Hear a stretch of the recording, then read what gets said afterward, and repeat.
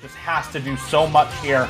If he can hold, this is a guaranteed point through this PI time. There goes Fledglin's supporting combo, so the onus really is on Chomicbox at this point. And there goes Badu. That's the high combo gone for Whispering Almond. Hello, everybody. Welcome back to Corsace 2021. We are here with the Grand Finals.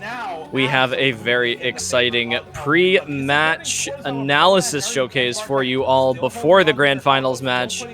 I am Chili Repair, one of your commentators today, joined by none other than Dio and Azer. It is definitely going to be a very fun match to commentate. We got a lot of stuff to go over before we get there.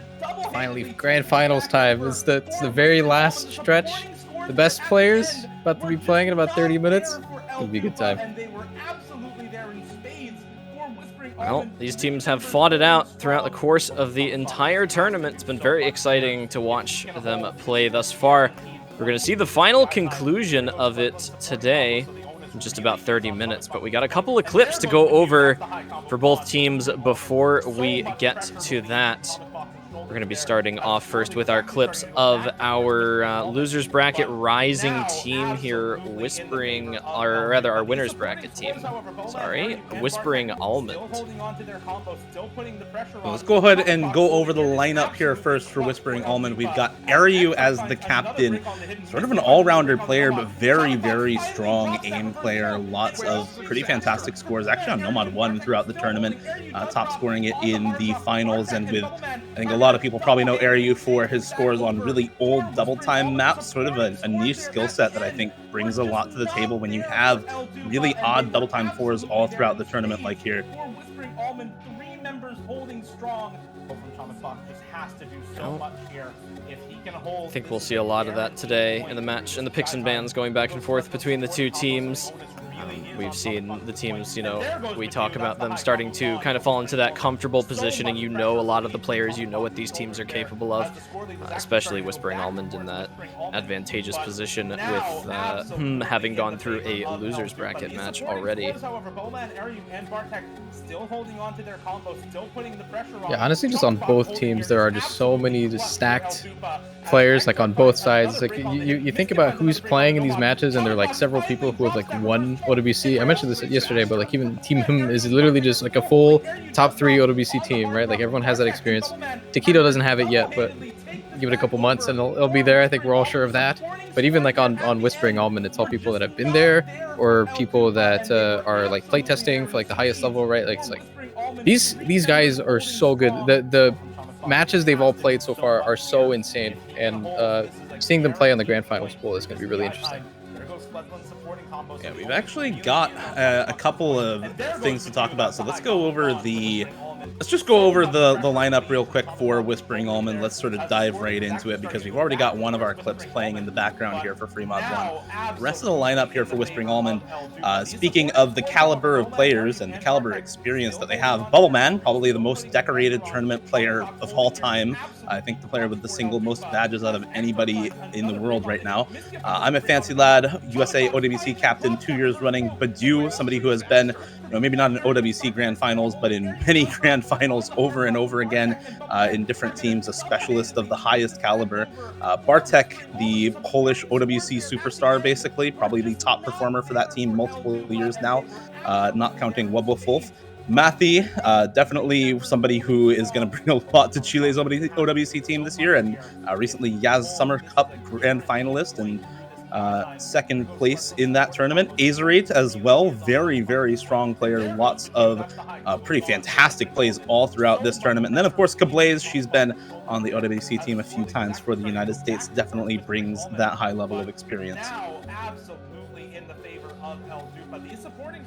Well, I don't think you could have put it more well said there. This is a team, again, they were that top-seeded BWS team, the same BWS, actually, as Team the one they were facing off against, the 8th-seeded team there. But this is a team that has has prowess, to say the least. There is no shortage of well-known, high-performing, consistently high-performing players on this roster. You mentioned a lot of captains for their respective OWC team are kind of lining up on this roster. Maybe not this year, but in previous years. So we have experience. We have basically everything necessary for the makings of a potentially winning team here. And there is a reason that they are our winners bracket finalists.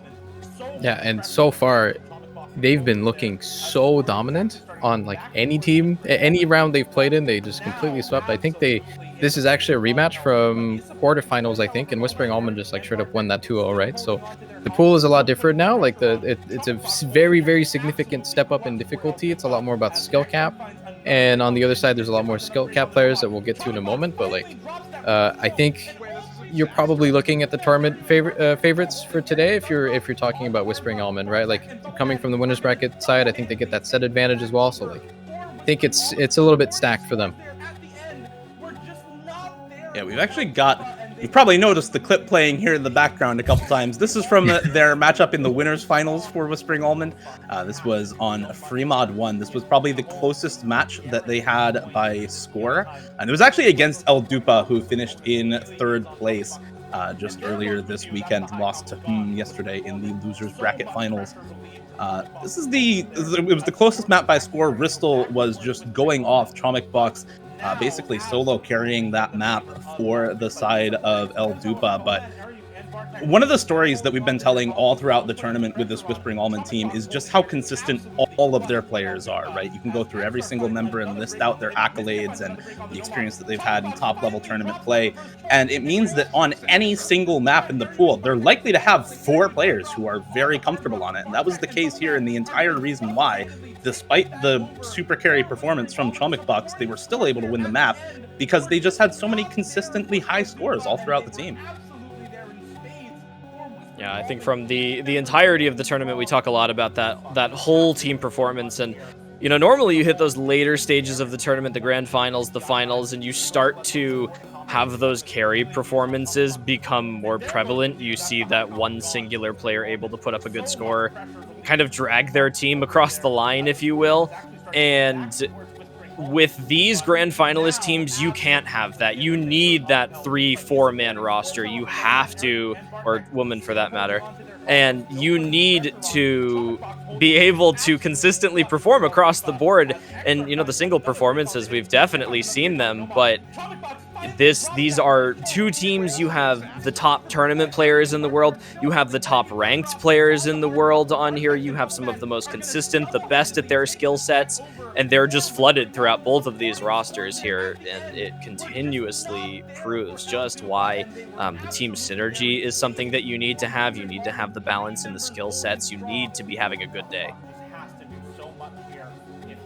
Yeah, and as we keep talking on about them, we can probably start showing another clip here for Whispering Almond. I think we're going to be showing Fremont 3 of last round, where essentially it was just you're talking about needing those rounded rosters, right? But I think this is going to be a little bit of the opposite side of the coin, where it was basically just Bubble Man just carrying super hard. With the Nomad on one of the free mods pick, and it's something that you definitely need. We actually saw that in the grand finals match yesterday, or the lower bracket grand final match yesterday, where like both teams on the free mod picks just did not have those full 4-player rosters. We saw like a team needed to run like 3 Hard Rocks, for example, just because they didn't have like that full rounded roster, right? So like when you have players like Boba Man who are literally SSing maps in the finals, it's a lot easier to do good, I think. Yeah, that was probably the the MVP performance, right, from the winners finals round, was Bubbleman dessing that map. And not to downplay Badew's accomplishment either, he also full comboed that map right alongside him. So both of these Nomad players for Whispering Almond, you know, it's definitely largely a standout performance for Bubbleman, but even looking at the whole team score once again, you know, you have 2 full combos on the Nomads for both Nomad free mod players. I mean, it's really unheard of in a finals stage at that point, and it just means that these no-mod carries on the free mods for Whispering Almond are going to be that much more potent in the grand finals. You know, you can talk about skill cap however much you want, but if you don't have that consistency from a lot of these players, from the entire team, then it just puts that much more pressure on your specific carries to do well. But if you have two of them both going off at the same time, both able to really pull a lot of weight for the team, it makes it so much easier to come out on top.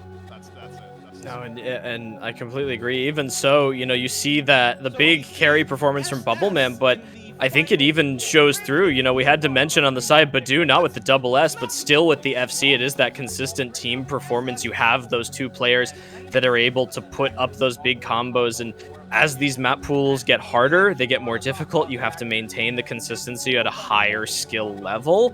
These players that are going to be your consistent no-mod combos, they're going to put up the good act, they're going to get the scores that they need to, are going to matter so much more. We've seen kind of in this clip here, El Dupa has been on an absolute tear through this tournament. They have absolutely smashed teams that had basically minimal chances to win the matches by the end. And going into this match against Whispering Almond with players like Bubbleman and Badu that can put up these combos and scores throughout these late stage maps, it shows once again the consistent performance coupled with that experience and just how skilled these players are. It proves to be kind of the end all be all for these two teams here. Yeah, and I mean, of course, there is also another team in this. We've only been showing some Whispering Almond stuff, but I mean, got to talk about the other team as well. We did briefly, but if we look at Team Hum, it's, again, like we said, it's just a bunch of like American, German, Canadian players who have been in the top 3 just last year, and even Fiery Rage just winning OWC just the last year, right? So like lots of stacked players on this team as well.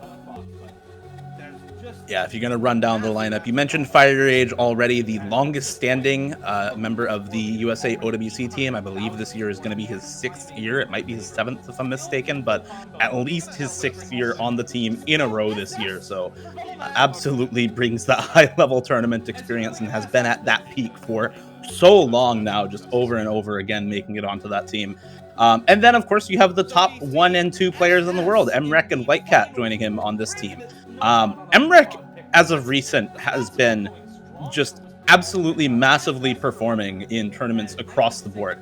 You mentioned Matthew on Whispering Almond as the 2nd place player in Yaz's Summer Cup, a recent high-level 1v1. Well, Emrek was 1st place. He has shown that not only does his skill cap extend to solo play, but he is a fantastic tournament player right now and is an all-rounder to boot, can play just about anything. So he is a really, really fantastic addition to a roster alongside Whitecat, who really proved himself last OWC as, you know, a carry to contend with the best carries of all right now. And then, like you said, we've got a bunch of other German, Canadian, and American OWC players this year. Dustus and Okinamo, 2 mainstays on the German OWC roster, 2 very, very strong stamina and hidden players. Dustus specifically opting a little bit more into the speed, Okinamo a little bit more into the hidden. But Zudinator and Frankie as well. Very, very aim-heavy roster for those two. Both of them very, very strong on the aim. Neither of them super strong on the speed, but definitely made up for by those Germans, plus Emrek, plus the last member of the roster, Taquito. Very, very strong reading player, flow aim hidden player, and can dabble in the speed as well where needed. Well, you have this roster here, and again, you mentioned, you know, it is far from being a surprise that they are in the top 2 placements of this tournament with 2 of the #1 players in the world, former #1 being Whitecat, current #1 Emrek. But I think this team is almost, you know, with players like Emrek kind of breaking what has been the norm in the past for tournaments. We have not traditionally rather seen the top, you know, maybe 1 through 5 players in the world be top 1 through 5 tournament players in the world. For the longest time, you've seen, you know, players consistently strewn throughout maybe the top 100 players, but you know, with people like Whitecat or, you know, previous #1s Rafis, they kind of go through this #1 spot, and they're not normally ingrained in tournaments, or it sometimes doesn't translate completely, given that solo performance and tournament performance is so different. But Emrek has continuously shown us, and even Whitecat for that matter, in the World Cup last year, in the grand finals with Germany versus the United States, that they are the #1 player for a reason. They have the skill necessary for this. They have the consistency necessary, and Emrek is almost pushing it to that upper level of what you kind of expect in tournaments from that #1 player. And I think you've seen it in the past that there have been some players along that line. I mean, we can mention players like even Carthy or Bubbleman from the UK, who will be seeing Bubbleman in this grand finals today, that this is not something that has been prevalent in the past. So the fact that we are seeing it now, we're seeing some of these top players really, really pull their weight more than what we've ever seen, is going to be so crucial. And that's not to downplay all the other players on the team here. We have some absolutely insane talent. Zudinator would probably be regarded as the best tournament player in Canada right now by almost all. Frankie sits right up there towards the top in terms of tournament play with her, probably the best stream player. Taquito, brand new addition to the United States team, has shown continuously, even throughout Corsace closed, that he is prepared for a grand finals of this level and these pools. And of course, you have the German roster here, Whitecat, Dust Ice, Okinamo. Through OWC so many times, they have proven that trio is, not only last year, but Dust Ice and Okinamo for many years before that already. And then, of course, you can't forget the Captain Fiery Rage, multi-OWC appearances, the most OWC badges almost of any player, I think. So something along those lines, he comes pretty close. So absolutely ridiculous here. Yeah, and while we're done talking about that, like just in the background, we saw yesterday, just in the match that was played against Aldupa, they didn't have their full roster. I believe Taquito was missing yesterday. But even then, they looked like so dominant. I think this is the closest map there was during that match. We're seeing Nomad 4 right now. So like there's potentially some weaknesses that like are there, but there's also a lot of stuff we don't know about this team in terms of like in the context of this grand finals pool, right? Like they picked a very weird draft. It worked in their favor, but like I think they were pretty successful at like hiding a lot of the pool. They repeated the same picks over and over, and I guess hopefully it was to save some surprises for today, because they'll need to pull some different cards against Whispering Almond, I think.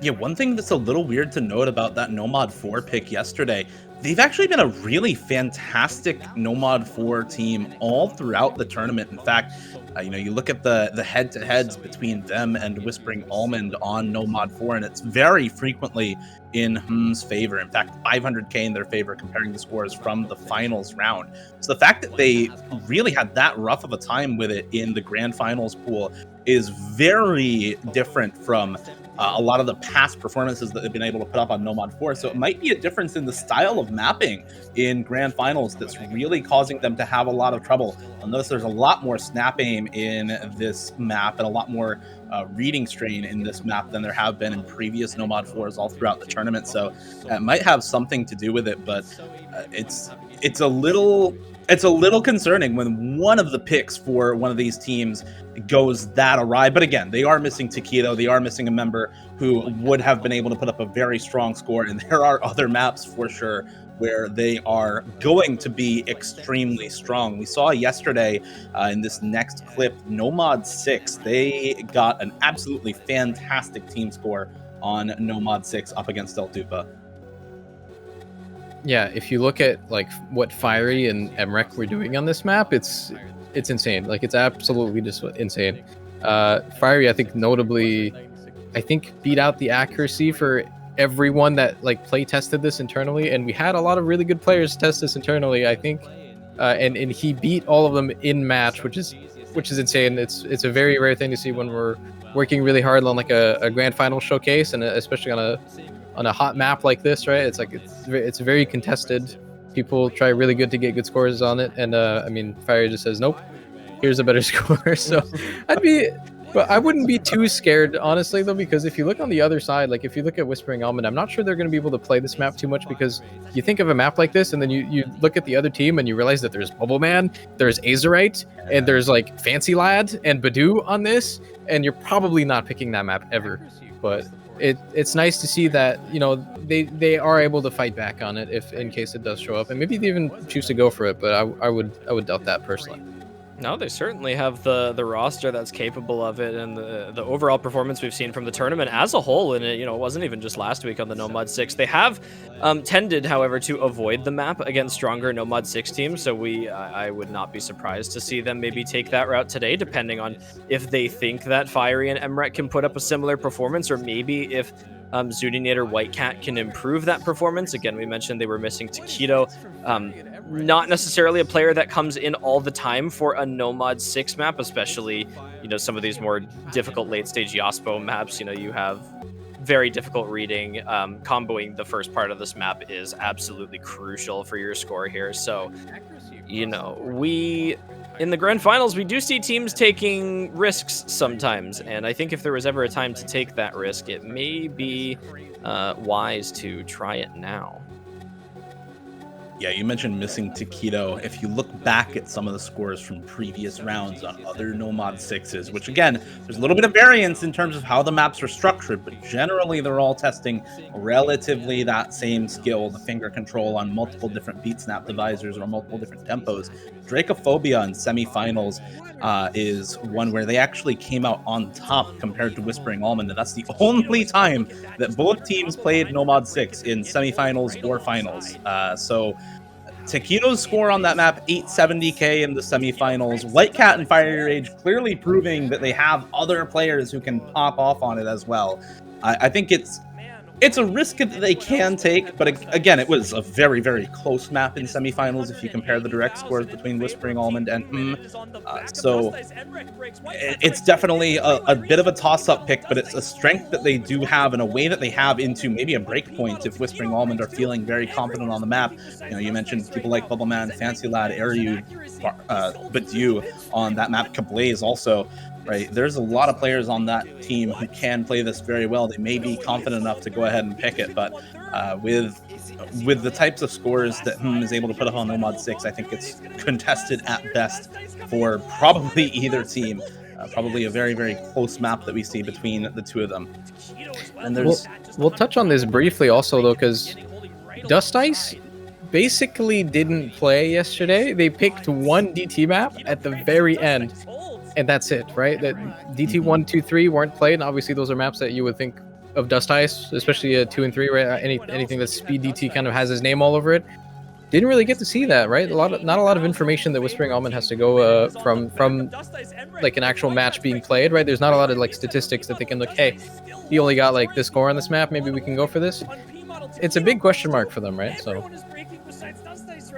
No, it definitely is. It's definitely there's a lot of unknowns for Whispering Almond going into this matchup, despite the fact that they were head-to-head in quarterfinals, despite all the previous data from finals and semis. There's a lot of unknowns. But for I think the last thing we want to talk about, because we are running out of time a little bit, the last thing we want to talk about is the Double Time 4 performance from yesterday in the Losers Bracket Grand Finals.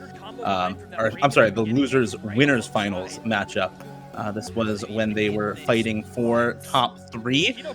This is Dustus really popping off and showing up. He full combos the entire Double Time 4 map and stomped again next set in DT4, but with Taquito as well. So they have multiple players really who can pop off on these DT4 picks, on some of the more gimmicky Double Time picks that we have. Again, I think we're looking for those consistent performances to continue today. We've seen what they've been able to do over the course of the entire tournament, so I think if anything, today is the day that they prove that they have the consistency necessary to maintain it in these high-pressure situations, but we will have to wait a couple more minutes for that match to start, of course. Yeah, and I think just to wrap things up real quick before we take a short break, it's also just worth noting, if you take a direct comparison of the scores that both of these teams put up in both in semis and finals, they are very, very, very similar. Like if you look at semifinals where Whispering Almond definitely had some stronger scores overall. Like there was some significant score leads if you just compare their scores head to head. But in finals, there is very little that is actually a big difference. Most of the maps that they both played are like less than 100k differences. Fremont 3 is actually less than a 1,000 point difference between them. So might be an indication of things to come. And even looking at the ratings as well, they are so close between these two teams. It's sure to be a good match. We've been hyping it up for a while now. These two teams seem to be pretty well evenly matched, and I'm super excited for this matchup. We're going to be getting into it, though, in about 4 minutes. We're going to leave a short break after having gone over these ratings, having gone over some maps of interest, and having gone over the rosters, and we'll be back with the Corsace Open 2021 Grand Finals.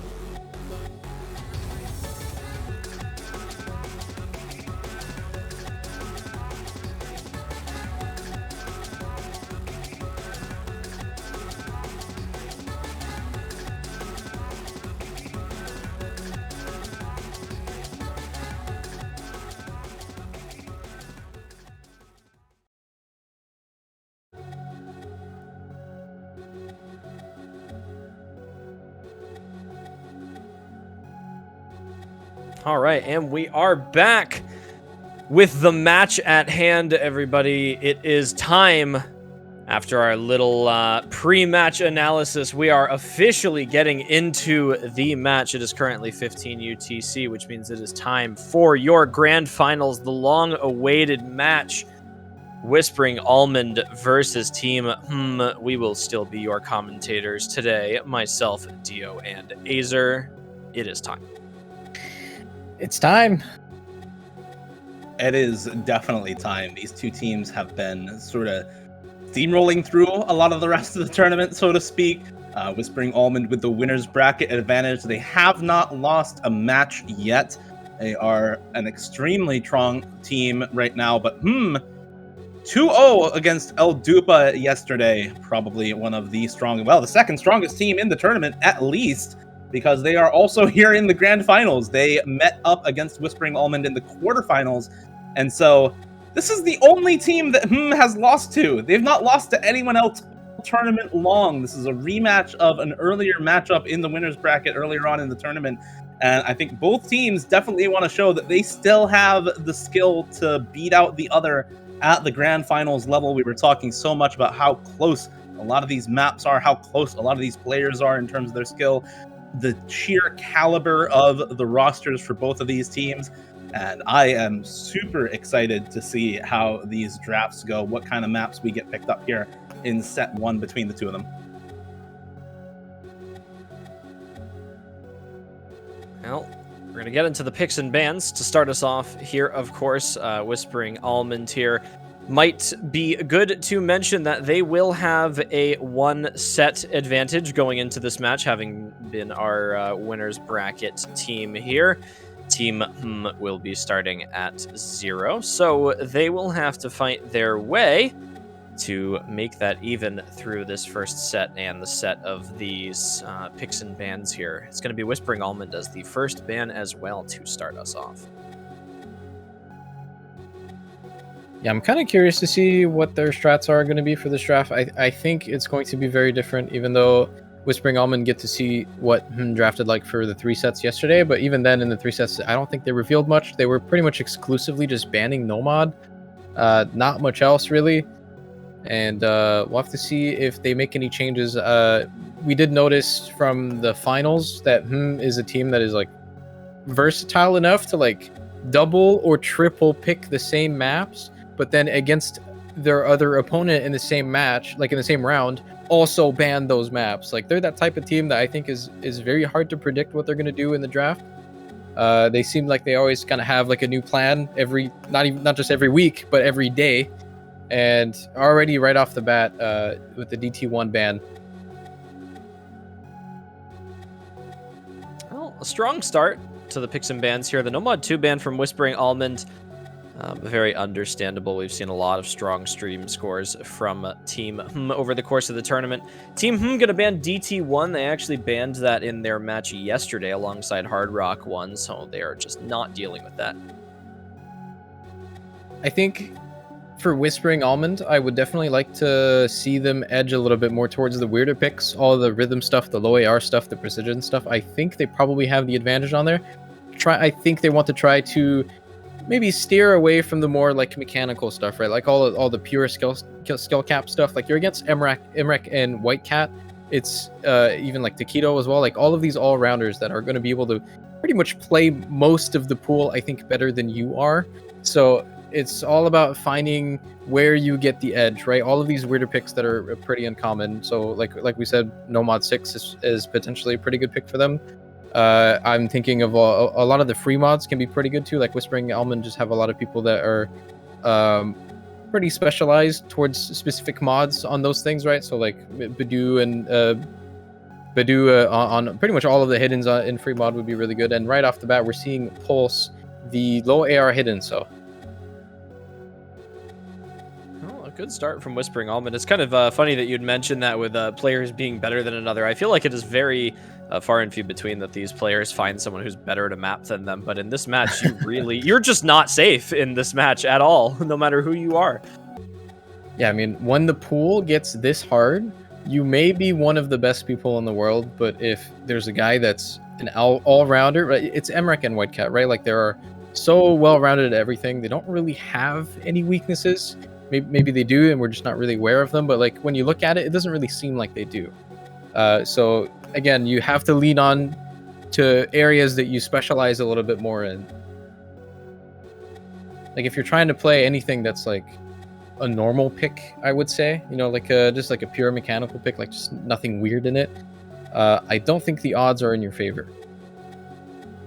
No, not at all. You are basically looking at, you know, there's always going to be someone in this match that is better than you, even, you know, with the players that we have in here, which is, again, not something that I think we can say too often, but when you're in this, you know, scenario, it really does start to shine through a little bit. It is going to be Team with the Nomad 6 pick, followed by the Double Time 3 ban. We're going to get into Whispering Almond's last ban before we get these final 4 picks, so we'll see what they don't want to deal with today. Yeah, some more DT bans. Again, kind of a change of plans, at least from yesterday. Different teams, so different things they're focusing on. Whispering Almond going to be firing the Hard Rock ban as well. I don't think we've actually even seen that map yesterday. But I mean, when you look at the other team, you have people that are very, very comfortable on that type of map. If you think of like Zudi, Frankie, and Whitecat, honestly, just I would not want to play that map like a single time against them. So I have a feeling if we're seeing any match ban from Whispering Almond, it's going to be Hard Rock 1. Very understandable from them. Interestingly enough, actually, Team banned it out yesterday, so the unknown map still remaining that way. Yeah, they're very unpredictable. And there you go. Let's continue on with that. So yesterday they banned Resurrection Hidden 2, and now they're picking it. So again, same thing as last week. I mentioned it 5 minutes ago. It's very hard to predict what they're doing. Usually when you're around long enough and you know the players well enough and you've watched enough rounds, you can kind of tell, yeah, they're going for this thing and that thing and they're banning that. You cannot do that for this team. So well, 2 picks for Whispering Almond now. They get to... I think this stage of the draft is always really important because it kind of sets in stone like what you're going for. You got 2 picks back to back and they're both pretty much guaranteed to be played almost. So let's see what they end up going for.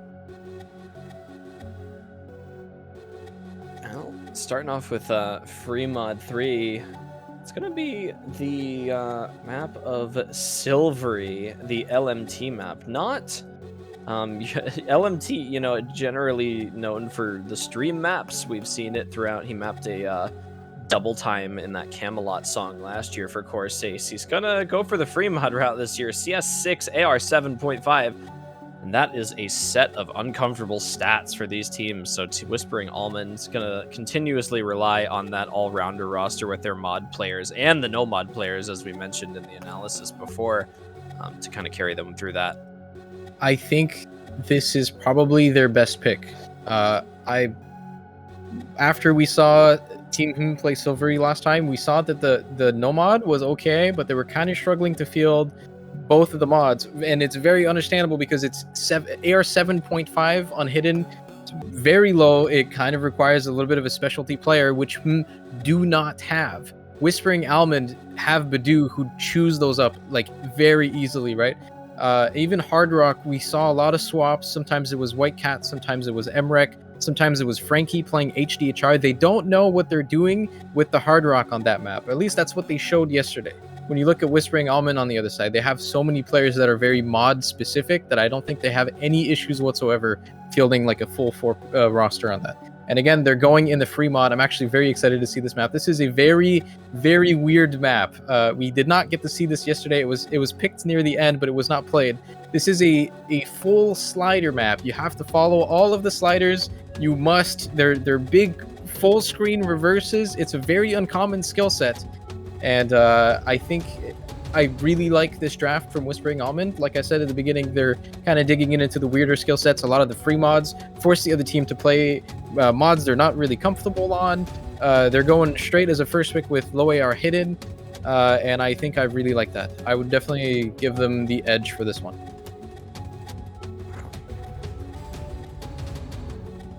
Yeah, both of these teams have some very strong low approach rate players, but definitely on the side of Whispering Almond, you have so many players who are just so strong on that low AR reading.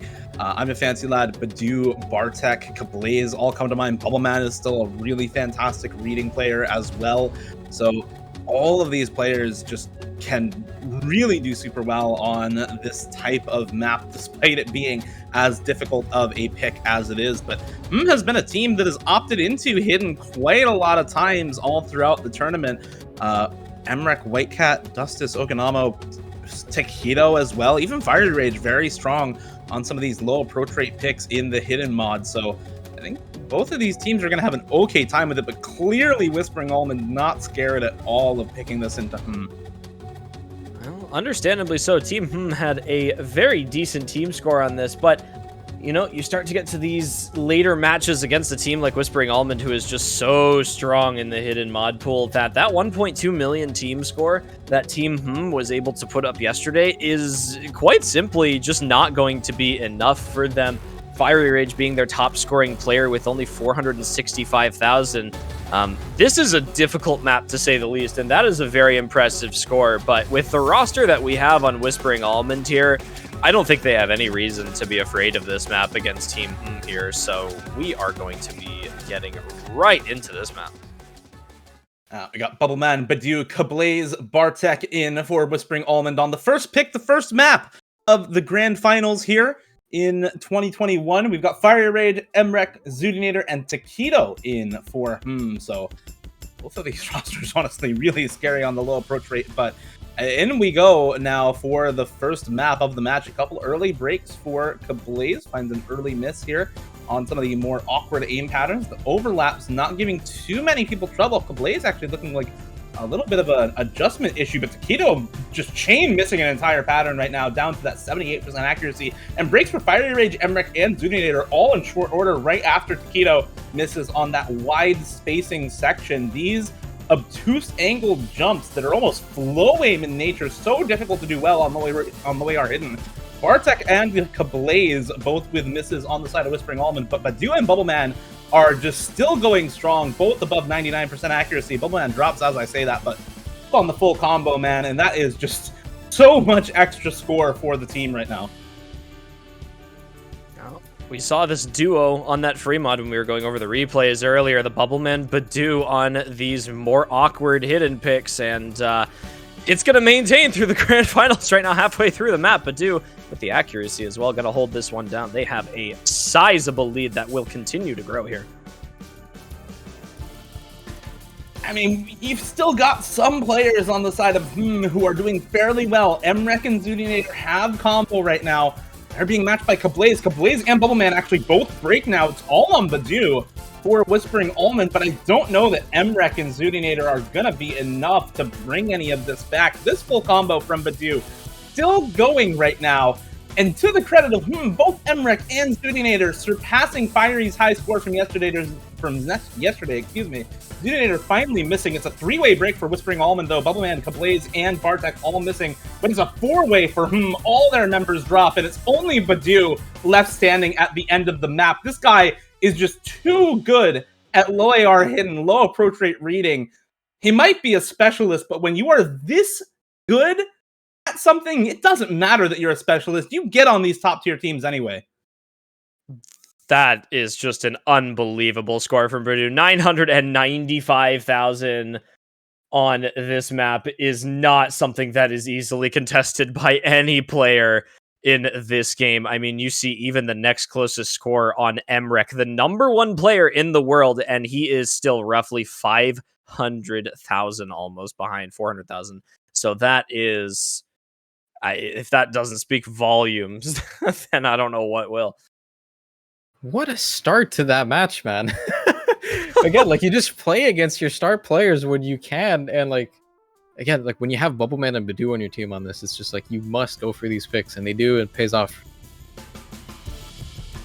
Well, And the picks that pay off are definitely what Whispering Almond is looking for here. We mentioned that one set advantage that they have going into this match, which means that Team really needs to look to take this first set to get a good grasp on this match here. It is a best of 9 in this beginning set here, so we do have our best of 7. I can't do math today. And we are going to get into the No Mod 6 now. Another awkward pick. Something, again, that you're going to have to watch out for Badoo on a pick like this. Again, so they're really going to have their work cut out for them on Team here. On that team yesterday, we saw Fiery Rage and Emrek do extremely well, but not so much for anybody on their team. To be fair, they didn't have Taquito. He might be playing this. But I think when you look at Whispering Almond's team, I'm not sure if this is a good pick for him. I honestly have no idea, especially after a map like that. They have so many people that you would think of as some of the best in the world, if not just straight up the best in the world at a pick like this. So I'm questioning this one a little bit. Maybe things will change and we do see Taquito step in for this one. So yeah, maybe feel a little more confident. They did get a pretty decent score. I think they had 2.1 million on this yesterday, so that's very respectable. Yeah, it was definitely a big team score for them yesterday. One thing that's really interesting to note, Zoodinator in for this instead of White Cat. Both of them had similar accuracy, but White Cat only had 1 miss on this yesterday during Hm's pop-off score where they got that 2.1 million. So it's a little interesting to see White Cat not in for this, Zoodinator in instead. Early misses for Fiery Rage and Zoodinator on the side of But Bubbleman, Fancy Lad, and Bartek all holding right now for Whispering Almond. Taquito and Emrek holding for as Bubbleman drops a miss at the start of the map. Zoodinator with a second miss of her own. Slight combo advantage for Whispering Almond, taking stock of the accuracy. It's looking honestly favored toward Whispering Almond right now. All of them right at that 90% mark. We've got a couple people down below that mark for specifically Zoodinator and Emrek hovering around that 86, 87, 88% accuracy mark right now. The overall act going to be doing work for Whispering Almond as well. And the combo lead still in their favor right now. But Bartek finds a slider break, and that can start to get the score lead to swing over into the side of Well, they're going to need that right now. They want to get that placeholder in this match here. That miss from Bartek might just do it for them. It's going to be close in between here, but the combos are even on both sides. Almost just barely an advantage here for Whispering Almond. Look at the accuracy once again, 94 on 3 members for all 4 members actually now for Whispering Almond as Bartek just crests that 94% mark. 95% for Fiery Ridge, 93% for Taquito. But the high combos, Emrek and Zoodinator down at 93, 92% now. Bubbleman, however, drops for the side of Whispering Almond, but there goes all 3 high combos for and that is just disastrous. All of them drop at the exact same time, and it's Badoo and Fancy Lad able to hold on. They're shouting out those two as possible members of this team for Whispering Almond to do just so well on an unconventional pick like this, and deliverance for the members of as they are able to hold on almost to the end. 700k for both of them, just about 680k on Badoo's side, and that is the 2.1 million team score that had yesterday, now given over to Whispering Almond. Unable to replicate that high score from the previous match, and instead it is Whispering Almond coming out on top. Yeah, and I mean, the 2 misses though it was more than 2 misses, but again, like Fiery and Emrek just slightly broke their FCs, all on the same note. I don't know why the 3 of them just missed the same exact note. It's a pretty impressive show of coordination and teamwork, but yeah, I mean, the score is very similar to what they got yesterday, and I mean, I don't think it was that bad of a pick, just didn't work out in their favor for this one. But yeah, I mean, maybe should have other cards to play towards, but not gonna matter too much. We're moving on now to Resurrection. Gonna be seeing some stream aim hidden. We did see this once yesterday, but yeah, I think there's a lot of names on whom that you would think of when seeing a map like this. Well, these difficult hidden picks, I think, are fairly contested between the 2 teams here.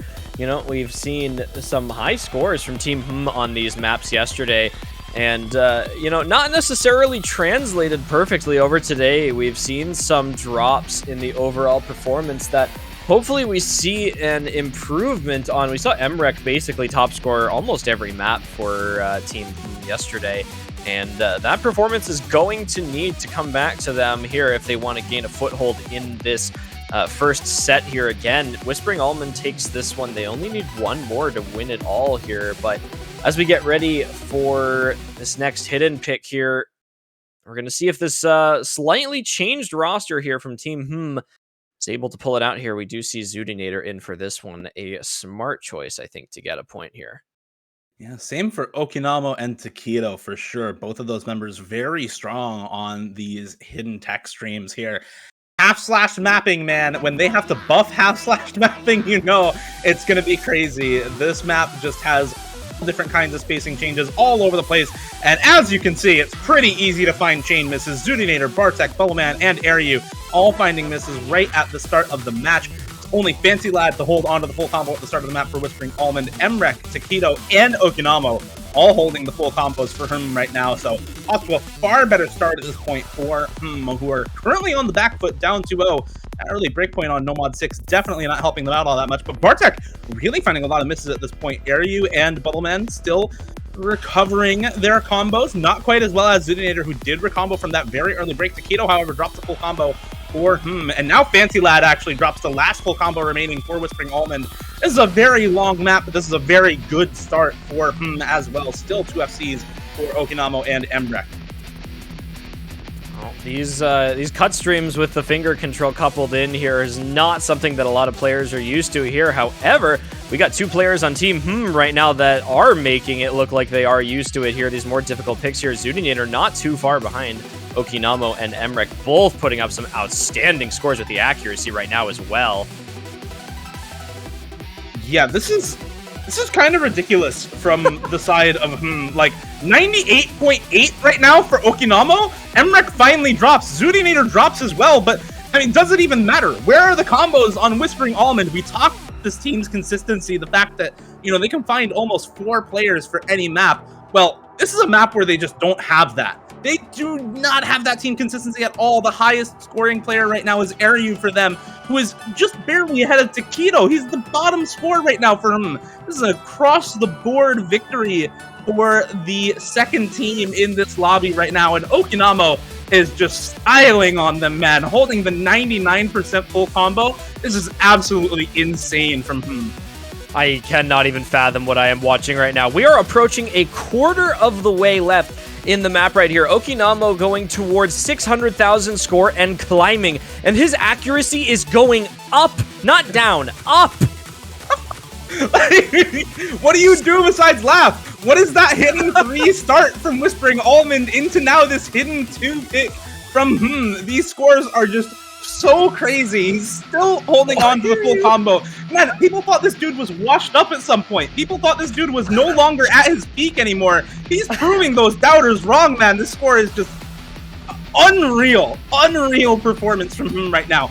Even looking at the other members, 475, 500k from Emrek by the end of this map, probably. Around probably 450k for Zudinator by the end if she holds onto this combo. Even the 300k from Takedo is still higher than Bullman and Fancy Lad over on the side of Whispering Almonds. Like, this is just absolutely crazy. Surely he just do that. Okinamo with the full combo. This is just, that is insta-ban set 2. Insta-ban set 2 from Whispering Almonds. Surely not. Surely everyone's like, nah, this is a Takedo map. This is a Takedo map. I was going to say, no, this is a Zudinator map. Nope, we're all wrong. It's an Okinamo map, baby. So the top score on this map yesterday, and because of this top score, this map was banned in the second and third sets, was Emrek with 534,000. He improved that score by 2,000 today, and Okinamo just doubled it. That is actually unreal. So good to see for them, though. I mean, after that first pick didn't really work out, I think that is what they needed. They show they have what it takes to fight this team. I think it just needs to be the right picks, and I guess Okinamo needs to be playing. Team deserves to be here, huh? This is a team that, again, we went over both of these rosters, and this is the match of the tournament here. There is a reason both of these teams have fought their way up to be here. We have, you know, Why not be redundant while we can? Two of the #1 players in the world, the former #1 player in the world, and the current #1 player in the world, some of the highest performing tournament players in their country currently, and they're going up against basically the experienced roster, as if we would call it. I think most countries' respective team captains for their OWC teams are kind of running on the side of Whispering Almond as well. So we have the match right here. This is not just a good match for Grand Finals. This is the match. All right, this map though, yesterday, I said this earlier in the draft, did not look so hot on this one, I would say. They had their nomads were pretty good. Fiery looked really good on this. Everyone else, maybe not so much. It looks like they have a few troubles fielding mods for this. We'll see if Whispering Almond takes advantage of that. I think that's why they picked this, because they definitely can. And now we're playing on 2 of their picks back-to-back, right? So we'll see. They have an opportunity to close the first set here, and it's going to be hard to do, especially after seeing what Okinamo just did on the other team, right? But yeah, we're definitely in Whispering Almond territory now, I think. Oh, I completely agree. And, if we look maybe 2 weeks back at some of these other awkward free mod maps, or even something like a Nomad 6, Fiery has continuously almost been the best player on his team by a decent margin for these kind of maps. And, going into this Grand Finals match, you are going to need just a little bit more than that. Even when we saw it in previous weeks, it wasn't quite enough there. So we'll have to hope that maybe they make that full team shift here. But anything can happen. But Whispering Almond definitely the favors.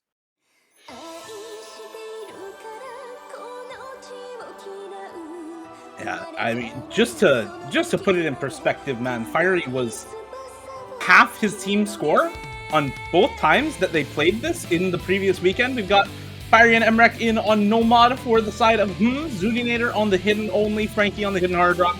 We've got Blaze hidden, Bubbleman hard rock, Fancy Lad Nomad, and Badu Nomad as well. A couple early misses coming through for Blaze and Emrek alongside Zudinator on this map so far. Full combos held on for everybody else at this point. Zudinator and Frankie actually dropping on the streams there before we get into the slow section. So it's now only Fiery Rage once again holding on to this full combo for him. He's on the SS right now, true to the consistency that he was able to show in the previous matchup against El Dupa. But Fancy Lad and Badu contesting that consistency for sure. Both of them still on the full combos on Nomad, and there goes Fiery, actually drops the SS and drops the combo at the same time. We've got Emrek holding for and Frankie and Zudinator on the come up with some extra combos, but there goes Zudis, and you still got 2 FCs for Badu and Fancy Lad, plus Kablaze on the recovery as well. This is just looking fairly strong right now for Whispering Almond, especially with another miss for Frankie on the hidden hard rock. Badu and Fancy Lad looking like the dynamic duo today for Whispering Almond. It's kind of like, this map, in my opinion, is all about the no-mod players. It's really hard for the modded players to be able to do anything, so I think just the fact that Fiery found a miss is going to be the main difference. I think none of the modded players are going to be able to do anything on this map. This map is really hard, so just the fact that right now they're still holding on the 2 no-mod FCs on the side of Whispering Almond is making up all of the score difference. To be fair to the side of Fiery and Emrek are holding on to very good combo right now. They've got good supporting combos, but there goes Fiery. He's just not able to replicate that performance from yesterday. He was such a pop-off player for this team on Free Mod 3 against El Dupa, but it's basically all on Emrek's shoulders at this point, and unfortunately, there's only so much weight they can carry right now. Fancy Lad and Badu putting on the pressure, man. Still on 2 full combos, 98, almost 99% for Badu as well. 95 accuracy for Emrek. It's just looking so good for Whispering Almond. Fancy Lad finally drops, I believe, an over aim on that stream. Causes him to drop the combo, but we saw him on Hidden 3. We're seeing him again here on the low pro treat free mod pick. Badu, when you put this guy on low AR maps, hidden or no mod, doesn't matter. He is just so fantastically strong on them. As I say that, he breaks, drops the slider break, and suddenly this 200,000 score lead is going to start to evaporate. Emrek is on 900 combo right now, very close to the FC. There's no combo on Whispering Almond, and Fiery Rage is on recovery as well. Emrek almost drops. drops a ton of 50s, but it's within 100k at this point. They only needed to hold for so long. On the cusp of taking back this breakpoint, Fiery Rage with the solid recovery. Emrek with one miss at the start of the map, looking for the reverse choke to try and make this happen. It's within 50k, and they should be able to bring it back. It's there. There it is. It's gonna go Wait, over. a couple misses. Emrek with this reverse choke, man. This is so clutch. We were praising the #1 and #2 player in the world before this match started for their tournament prowess, you know, sort of anomalies within the tournament scene. Usually it's the other way around. You're good at solo or a tournament. Not at both. Not the case here for Emrek. Almost 800k, 500k for Fiery Rage as well. And but you are not. Take that breakpoint. Tie us up 2-2. Very important play from Emrek there. They absolutely needed this.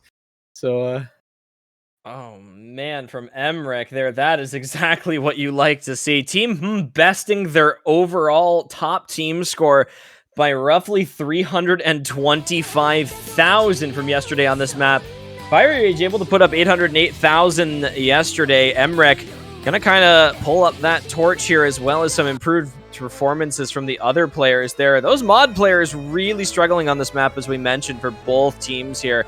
And it does a little bit of damage for Whispering Almond when you have one of your better players on Bubbleman trying to, you know, kind of put that mod out there and really get that good score. It doesn't leave a lot of breathing room, and when you have someone like Emrek on the other team that you have that confident no-mod combo, it makes the world of difference here. So, you know, Team on a pick that I think we all thought going into that was going to be fairly, you know, favored towards Whispering Almond with their overall mod roster. Just didn't make as much of a difference. Those mod players not able to make it work. who is playing this though? This is what I'm very curious about. This is a very, very uncommon skill sets. I think I honestly don't even know if like any of these people are necessarily playing this. I can kind of tell for Whispering Almond, it's probably, I think it's gonna be Airy Bubbleman, Fancy, and maybe Kablaze tanking Hidden. Like I don't know who is playing this. It's such an uncommon map. I'm very excited to see. Yeah, this is going to be an interesting map to go into. Complete unknowns for basically both teams here in terms of what we're looking for on rosters. I think we know those no-mod players are going to be fairly consistent throughout both of these teams. I think for the whole match, I don't know if we're going to be seeing much of a difference between the two there, but I'm very interested to see the mod players on this map. They do seem to deviate quite a bit. I think on something like this, you'll probably be seeing Whispering Almond running with that Badoo, maybe Fancy Lad on the no-mod here. I think we'll continue to run Emrek on that no-mod and maybe, you know, be a little bit variable with the other player. But we will see as we get prepared into Free Mod 1. We do have some pretty similar lineups, I think, to what Azer was talking about. Aryu on the Hard Rock, Fancy Lad, and Badoo on the No-Mod for Whispering Almond. Kablaze on the Hidden, so no Bubbleman this time around. And yeah, you can already see this map's kind of hard. Lots of breaks very early on. Badoo, the only full combo left up for Whispering Almond. But you do have White Cat on the full combo right now for Emrek and Taquito, both also still holding these full combos with mods, by the way. Hidden for Taquito, Hard Rock for Emrek, both full comboing. White Cat is actually the first to break on the side of after Fiery Rage's early miss. Emrek and Taquito are both still going. Emrek's full comboing this with Hard Rock, by the way. Little known fact, Hard Rock makes sliders harder to follow. It reduces the leniency that you have on the slider window, so you actually have to follow them even more closely than usual, and he's still going off with this.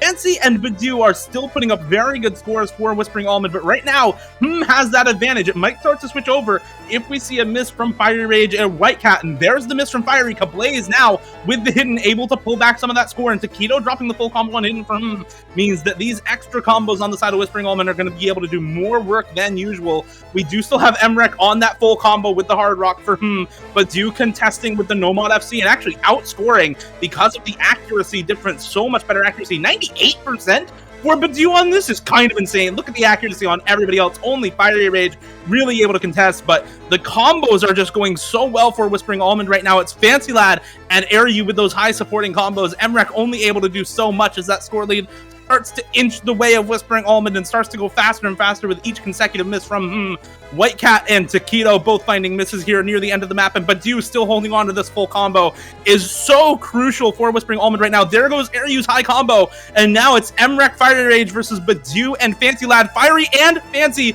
both break at the same time. It's Badu with combo, Blaze with some combo as well for Whispering Almond. It's so close, but at the end of the map, it's enough from Badu and Kablaze, the no-mod full combo, able to bring it over. But, Emrek? Dude, you don't Hard Rock FC this, man. This is not meant to happen. Okay. What the fuck? In Emrek's defense, this map is 5 stars. It is. Therefore, It's 5.3. Well, with Hard Rock, it's probably a little bit more, but... a little bit more than that, yeah. This is the most misleading SR in a pool that I think we would ever see in a grand finals. But it's definitely one of those maps where you think Hard Rock is a tank mod. yeah. Apparently it isn't.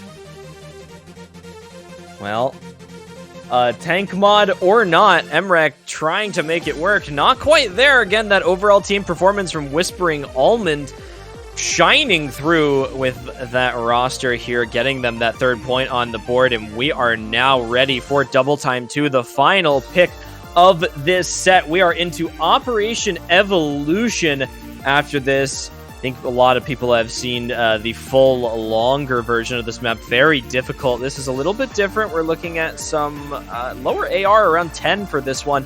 High BPM, though, 250, consistent stamina-intensive Double Time 2 map here.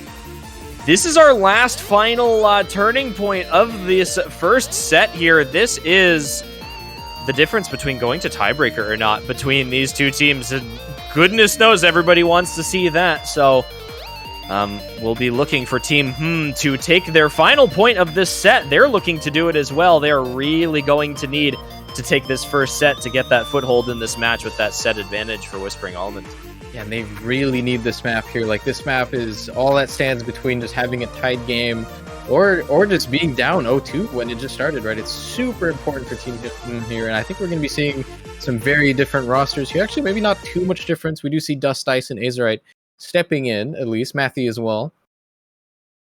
Well, Dust Ice, one of the best players on Team that we've seen so far on some of these more stamina-intensive maps here. We'll see if he's able to pull it off for his team again here on Operation Evolution. Again, 250 BPM almost on this one. You see a couple early misses come through for Bartek on the side of Whispering Almond. Speed players on their side, Matthew, Azerate, Bubbleman, and Bartek, all very, very strong speed stream players, and you're going to need it. 248 BPM, basically death streams in this map. Azerate and White Cat with a couple misses. White Cat continuing to find a couple misses here for but Justice, Okinamo, and Emrek still holding strong as Azerate finds another set of breaks for the side of Whispering Almond. There goes Emrek, however, alongside Azerate at the same time, and now it's only Dust Ice and Okinamo holding on to the FCs here for Matthew and Bubbleman with the FCs for Whispering Almond, and Bartek on a good recovery now, 550 combo almost as we come into the second quarter of the map. This is actually a very, very long pick. If you don't have the stamina for this beginning portion, you are really going to struggle moving into the second half of the map. And with Okinamo finding a miss on the side of Matthew actually missing on the jumps! Missing on the jumps in between the stream section now, and it's just Bubbleman and Dust Ice holding on to FC's. Bartek's high combo is doing so much for Whispering Almond. If there is a miss from one of those two high combos, it can go back over to who have some very good supporting combos on Emrek, White Cat, and Okinamo, but that's really on Dust Ice right now to hold. Dust Ice, the only thing standing between and certain doom on this first set here. Bubbleman and Bartek cannot afford a break on either of them, especially Bubbleman. That accuracy drops across all players. There's a long stream section here, requires quite a bit of stamina. These get a significantly longer than what we've seen in the rest of the map. There goes Bartek! Bartek is gone. Azerate's gone. White Cat and Emrek also missing on the side of Matthew holding, Bubbleman holding, Okinamo dropping for Dust is holding on to the full combo, though, to match Bubbleman's 98%, but the rest of the lobby just cannot hold. It is those two alone, Bubbleman and Dust Ice, holding on to these FCs right now. It all comes down to them. whether they are able to hold or whether they miss first. Really, at this point, we are 3/4 of the way through, and both of them are still holding on here. Both of these players are so fantastic at these speed maps, but only one of them is going to be able to carry this map. This is classic endgame Bubble Man versus Dust Ice, and nobody else. Bubble Man's got an act lead now too. Before. Oh my goodness. Dust Ice losing accuracy, but they're both maintaining the combo. That's all that matters. There's a big section here with these streams. And there goes Dust Ice! And there goes Dust Ice. Bubble Man, though, still able to hold on. Is dropping a few slider ends here and there, but it doesn't matter. The support from Matthew is there as well. Even if Dust Ice broke, Dust would have had to overcome the support from Matthew as well. But man, this is just kind of crazy. 97% accuracy from Matthew on the comeback, by the way, matching the act from Dust Ice. Bubble Man, a full percent up on either of them, 98.4. Not to downplay Okinamo at also 98%. And this is just kinda crazy, man. This is, again, why are these people still full comboing Matthew? Oh my god. It's the he last misses right stream. before the suck slider. What? And he's not able to complete it. Wow. This is crazy. There's so many FCs. Okay, we can count that one as an FC, man. I don't even care. Close enough. That was Close insane. That is inhuman. How are people doing these really this crazy. on grand finals maps, man? This is crazy. You're not supposed to FC these. Stop. That is 250 BPM stamina streams for like 3.5, 4 minutes. What are you doing? He's just got unlimited stamina. There's just no stopping him. You cannot turn him down. So Bubble Man might have kind of just impacted the game a lot by himself. They're giving a 2-0 score lead, or set lead rather, for Whispering Almond. So they just need one more. It's 4 more maps for them. It just started, right? Like, that winner's bracket advantage is really paying off here. And it's a very tall order for him to get anything back in this game. Now they have to win 3 sets. They've got to go for the reverse sweep. They've got some pretty good information, though, out of that first set. It went all the way to the end besides that tiebreaker, and they played every map that was picked up. So we'll have to see if they can do anything with the information that they have, as well as those match bans. You do get an extra set of bans going into the second set now. So hopefully is going to be able to use those a little effectively, and it looks like those teams want to strategize as well. Well, strategizing is something that they're going to have to make use of here, especially on the side of, they have a 2-set disadvantage now, which means that Whispering Almond is a singular set away from taking the victory in Corsace Open 2021 here. We're going to take a little bit of a short break. We're going to let the teams get themselves situated, and we will be right back with those picks and bans. So go head out really quick, grab some snacks and drinks and all the stuff you got to do, and we will return in just a bit.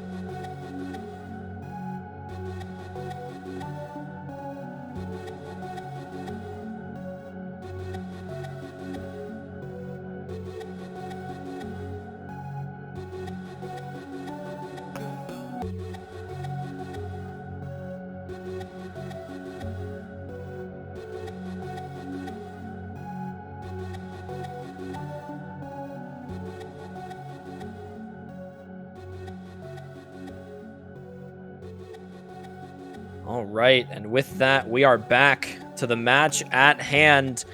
We are now in set number 2 between Whispering Almond and in this grand finals match here. This Whispering Almond looking to come to a final conclusion here to their run in the tournament, now up 2-0. They need one more to finish off this best of 5. Team looking to take that reset from the first set here and get right back into this match. Very similar format to the first time, except for we will be flipping the picks and bans for each respective team. Each team will also have a match ban that they are able to carry over from their bans in the first set.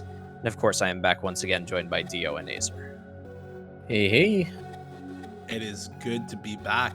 That first set was so ridiculously close. You got a feel for losing that last pick on the breakpoint, that last DT2 pick, but it was so close regardless. These two teams, we've been sort of hyping them up as evenly matched, and it's really fantastic to see that is the case. Too often you get grand finals that are just stomps one way or another, but this one is definitely shaping up to be a close match. Even if we get the 3-0 from Whispering Almond, I think this is still a match that everyone can come out proud of.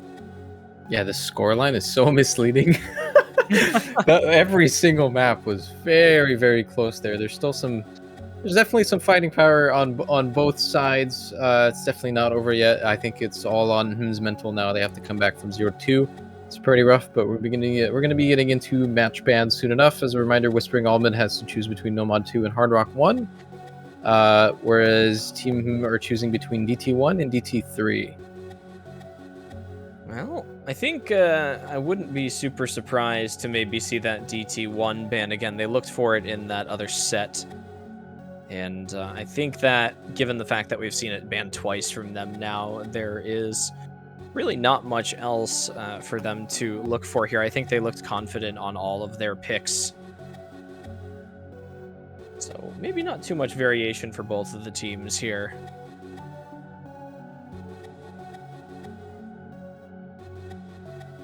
One thing, we do have a couple maps I think are probably going to be instant bans, right, from the previous set. Thinking of like Hidden 3 and Hidden 2 specifically are probably just going to be instantly banned out by both of those teams. You don't want to see Badu on that Hidden 3 pick once again if you are and you probably don't want to see Okinamo full comboing half/the stream map in grand finals again if you are Whispering Almond. So I'm gonna expect those to be first banned out, and if they're not, probably first picked by either team. Hard Rock 1 and Double Time won the match bans for Whispering Almond and respectively, clearly knowing exactly which maps they really do not want to see. There's no way he can do it again, right? No shot, right? No shot. I mean, there's always a chance.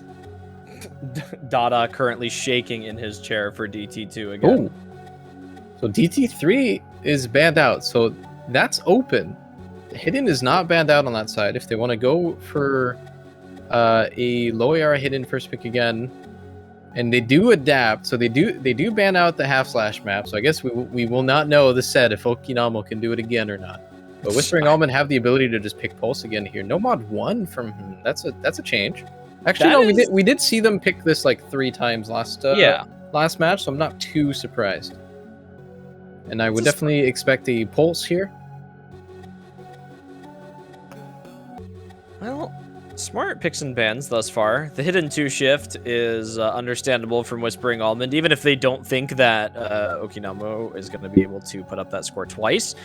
They may want to just not risk it on that map if they don't think they can contest it. The Nomad 1 pick from is kind of like that long-awaited map for them here. We're looking at a 2.8 million team score on this map that carries over from the match in the losers bracket grand finals here. So we've got some strong performances from them to show for that.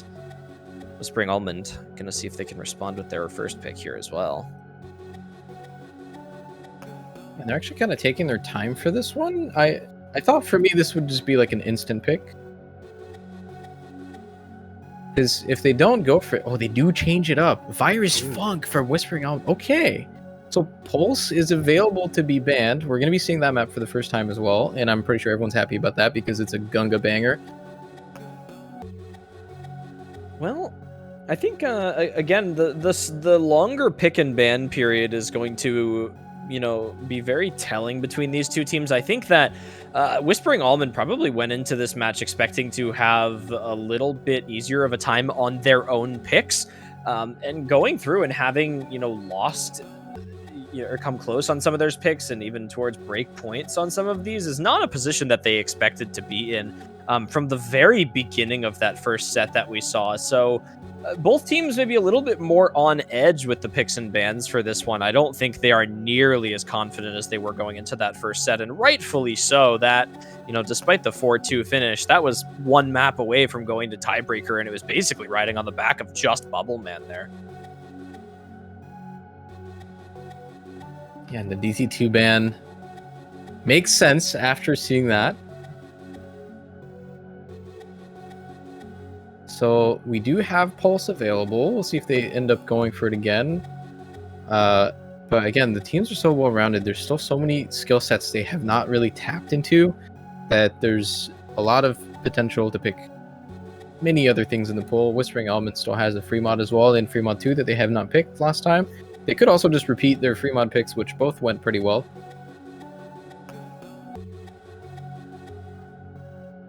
Well, in making adjustments, rightfully so, for these two teams here, and I think this is kind of the benefit of this set pick and ban system here. You don't have the variability of being able to change your picking strategy within the match, which is a different challenge in and of itself, but the ability to, react on the fly and, having these set picks and bans here for these two teams is going to be crucial for them going into this. The double time 2 ban kind of being evident there. Whispering Almond getting rid of the no mod 2, which is kind of surprising given how strong they looked on something like DT2 as well. But again, maybe just it's a slightly different map.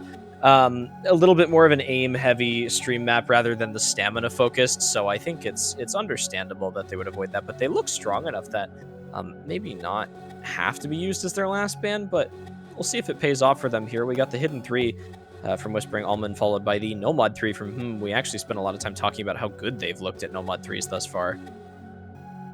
Yeah, that's a pretty particular map, too. I think that one I feel like is one of the more maybe random picks, like as far as like which team does well on it. It's a map that kind of everyone is going to be able to play well at this level. Like when you look at both teams, I would definitely favor it towards though. We saw, I think if you look at the full roster, I think that they definitely just have a crazy lineup for it. Even people you would not normally think of, really. Like you might look at maybe like White Cat and Emrek for this one, maybe Fiery Taquito. But in a couple times that they played this yesterday, Zudi was the one popping off on this. So maybe some things to change, and we are going to be seeing Hidden 1 as well.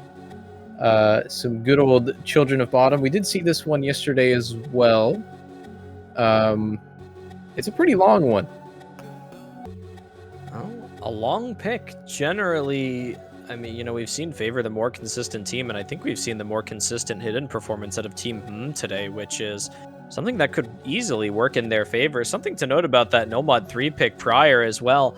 It was actually played twice by Team in their match yesterday with a significantly improved team score from the first set to the second set. They went from under 900,000 team score all the way up to a roughly 1.5 million. So the fact that they're picking it again so confidently here as a map that they are guaranteed to play is very telling, I think, of their confidence in maintaining that raised team score there. You had Emrek being the top performer on that map, as he was on a lot of other maps here, but I think he generally does come into form on the second set we've kind of seen in this tournament. The first set kind of gets into his groove, and then the second set really starts to show up. So I'm very interested to see if Team can make the turnaround here and get themselves a set on the board here. They've got the tools necessary. Not too much variety in this set here. Just a lot of pretty basic, no DT or free mod whatsoever. Just lots of no mods coming up. One hard rock pick in Virus Funk as well. Definitely a couple changes from the last draft. Almost an entirely different draft for both of these teams. I think Hidden 3 is the only map that we've already seen, at least in terms of the picks. The bans definitely fairly expected, at least, sticking with 3 double time bans, really not wanting to play DT against Whispering Almond. The pick at the end, though, we didn't really talk about it. Nomad 4, that's something that we did mention in the pregame show as a potential contested pick between both of these teams, with being very, very strong on alt picks all throughout the tournament, but then sort of falling apart on Nomad 4 against El Dupa earlier this weekend. So Whispering Almond seeing those scores from yesterday and saying, yeah, we've got this pick against you, even though you've been very strong on these alt maps all throughout the tournament. We're going to scale better into this pick later on. We've got Fancy Lad, we've got Badu, we've got Bubbleman, we've got the aim control for this, and we're going to take you on it. But not until the end of the match. We're first going into the very first pick of the matchup. Nomad 1, this is Hm's first pick here. Aim pick between these two teams will be contested, as you can imagine. The team score from the only noted one that we've seen thus far, almost putting up 2.8 million, which is a tough score to beat. Whispering Almond's got their work cut out for them here. This is a map that's a little bit slower paced than a lot of the other maps that we've seen so far.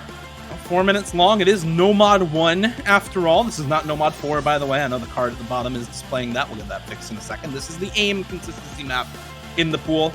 You're going to be seeing a lot of jumps in this one. Not a lot of much else.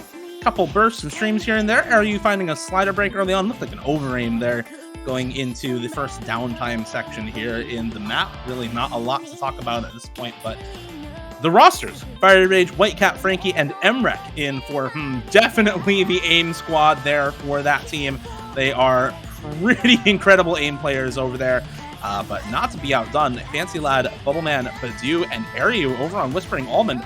Also very strong aim players. Fancy Lad actually finding a break there on those wide spacing jumps going into the first Ki time now, finding a slider break alongside a miss from Aryu in the middle of that first Ki. So it's Bubbleman and Badu up against the 4-way full combo for at the moment. Looking very strong for And these aim consistency picks are something that they've been good on throughout the tournament. Frankie does find a miss, calls me a little bit of a liar there as I praise the team performance, but it still stands 3 full combos right now in the middle of the first Ki time up against just Bubbleman and Badu. Looking okay for right now at the start. And there's a miss from Bubbleman as well. Dio has done it to Frankie. He has caused the miss. The caster curses are here in the second set. Bubbleman with the trade is going to be...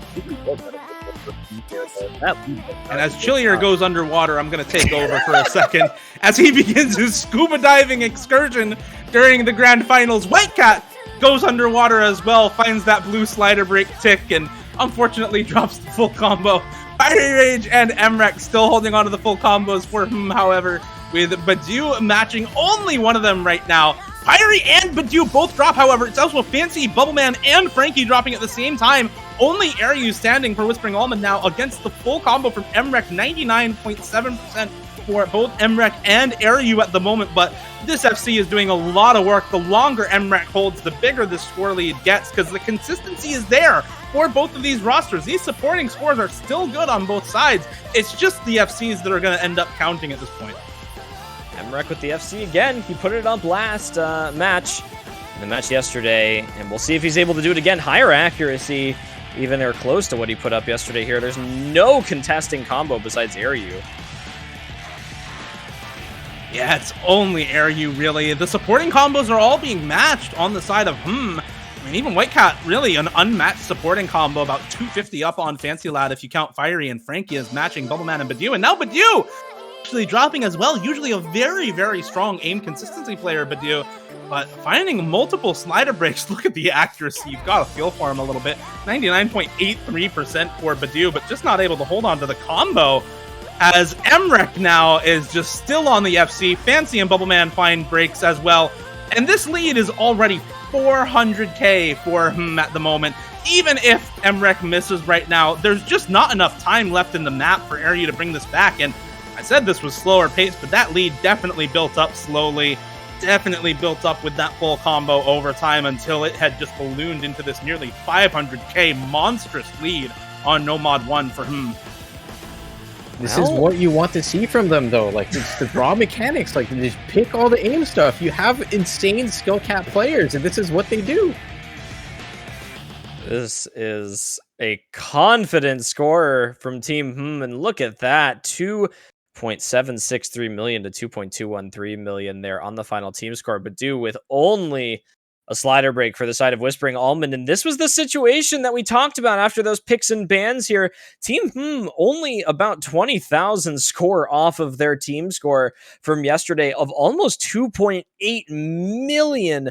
That's a confident team score. That is a almost, unmatchable team score if they're able to consistently put it up. And they were in this pick here. So you're sitting here as Whispering Almond, and you might have some good aim players here, but going into this with the knowledge that Team was strong on this pick to a consistent level is something I think that they probably should have expected into that. It was a close map, but Team with that opening pick, they know exactly what they are capable of here in this match. Virus Funk time now. Might be seeing a couple of different rosters. It's the actually, no, it's not the first Hard Rock. No, it is the first Hard Rock. Hard Rock 1 was banned last set, so this is the first Hard Rock set we're seeing this map so far. Might be seeing a couple of roster changes. It's pretty unconventional, though. It plays a lot like a... I don't even know how you would describe this map, honestly. Kind of like a jumpy alt map. Yeah, it plays like a NATO map. That's what it plays like. There you go. Yeah, this is going to be an exciting one. We actually didn't see this played yesterday as well. So this is another one of those maps, kind of alongside some others that we haven't seen yet. We'll be hard pressed to see some really good scores on this map. We've seen the Hard Rock performance out of a couple players today, so we'll see if we can maintain that from these two teams here. Whispering Almond looks to take their first pick of the match. They're going to want to get on the board here. Team has that 2 pick in a row towards the second half of the picks and bans here, so they're going to make use of that. But it's Hard Rock 2. We got a good song ahead of us as well, so a lot to look forward to here at the performance as well. I think when I look at this, I almost want to favor Team for this, even though Whispering Almond is the one who picked this map. I think when you look at the rosters and people are on there and the way they're playing today, I think this might be pretty close, if not favoring for Team Home, which would be massive for them because they need all the points they can get right now.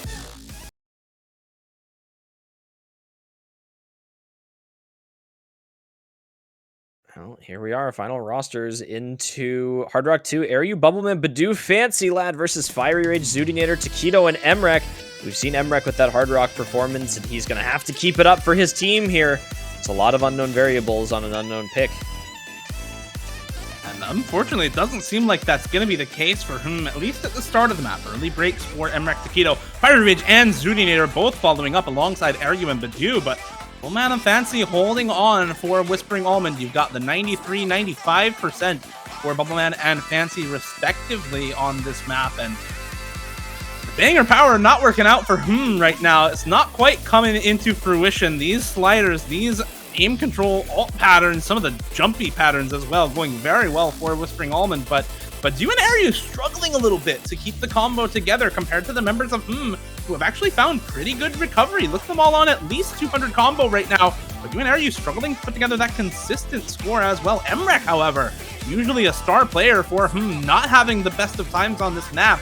It's Taquito with the highest combo for them. Fiery and Zudi not far behind, but Bubble and Fancy are really the difference makers at this point. That accuracy on Fancy Lad is illegal. 96, 97% for him right now as Taquito finds the next combo break. So Bubbleman and Fancy, along with now a little bit of extra support from Aryu and Badu, are going to be able to just extend this score lead and make it a little easy. But there goes Fancy, and now suddenly it's looking a little close. These supporting combos for him are still very high. Fiery and Zuni both on the combo. Taquito and Badu drop, but that's a trade that favors Emrek's still on a good supporting combo as well. And now with Aryu dropping, but there goes Fiery and Zuni Nader. Bubbleman also drops. Emrek is the only one to hold through that section. He's the only combo left alive. But look at the score lead, 300k for Whispering Almond. Those misses at the end of the map just don't matter. And Hard Rock 2, a successful first pick for Whispering Almond. Definitely close at the end here. This combo from Emrek, if this map were a little bit longer, could have brought it back down below 200,000 despite starting out, 300,000 in the favor of Whispering Almond. Just not quite powerful enough, just not quite enough combo at the end of the map, despite really strong performances from multiple players there.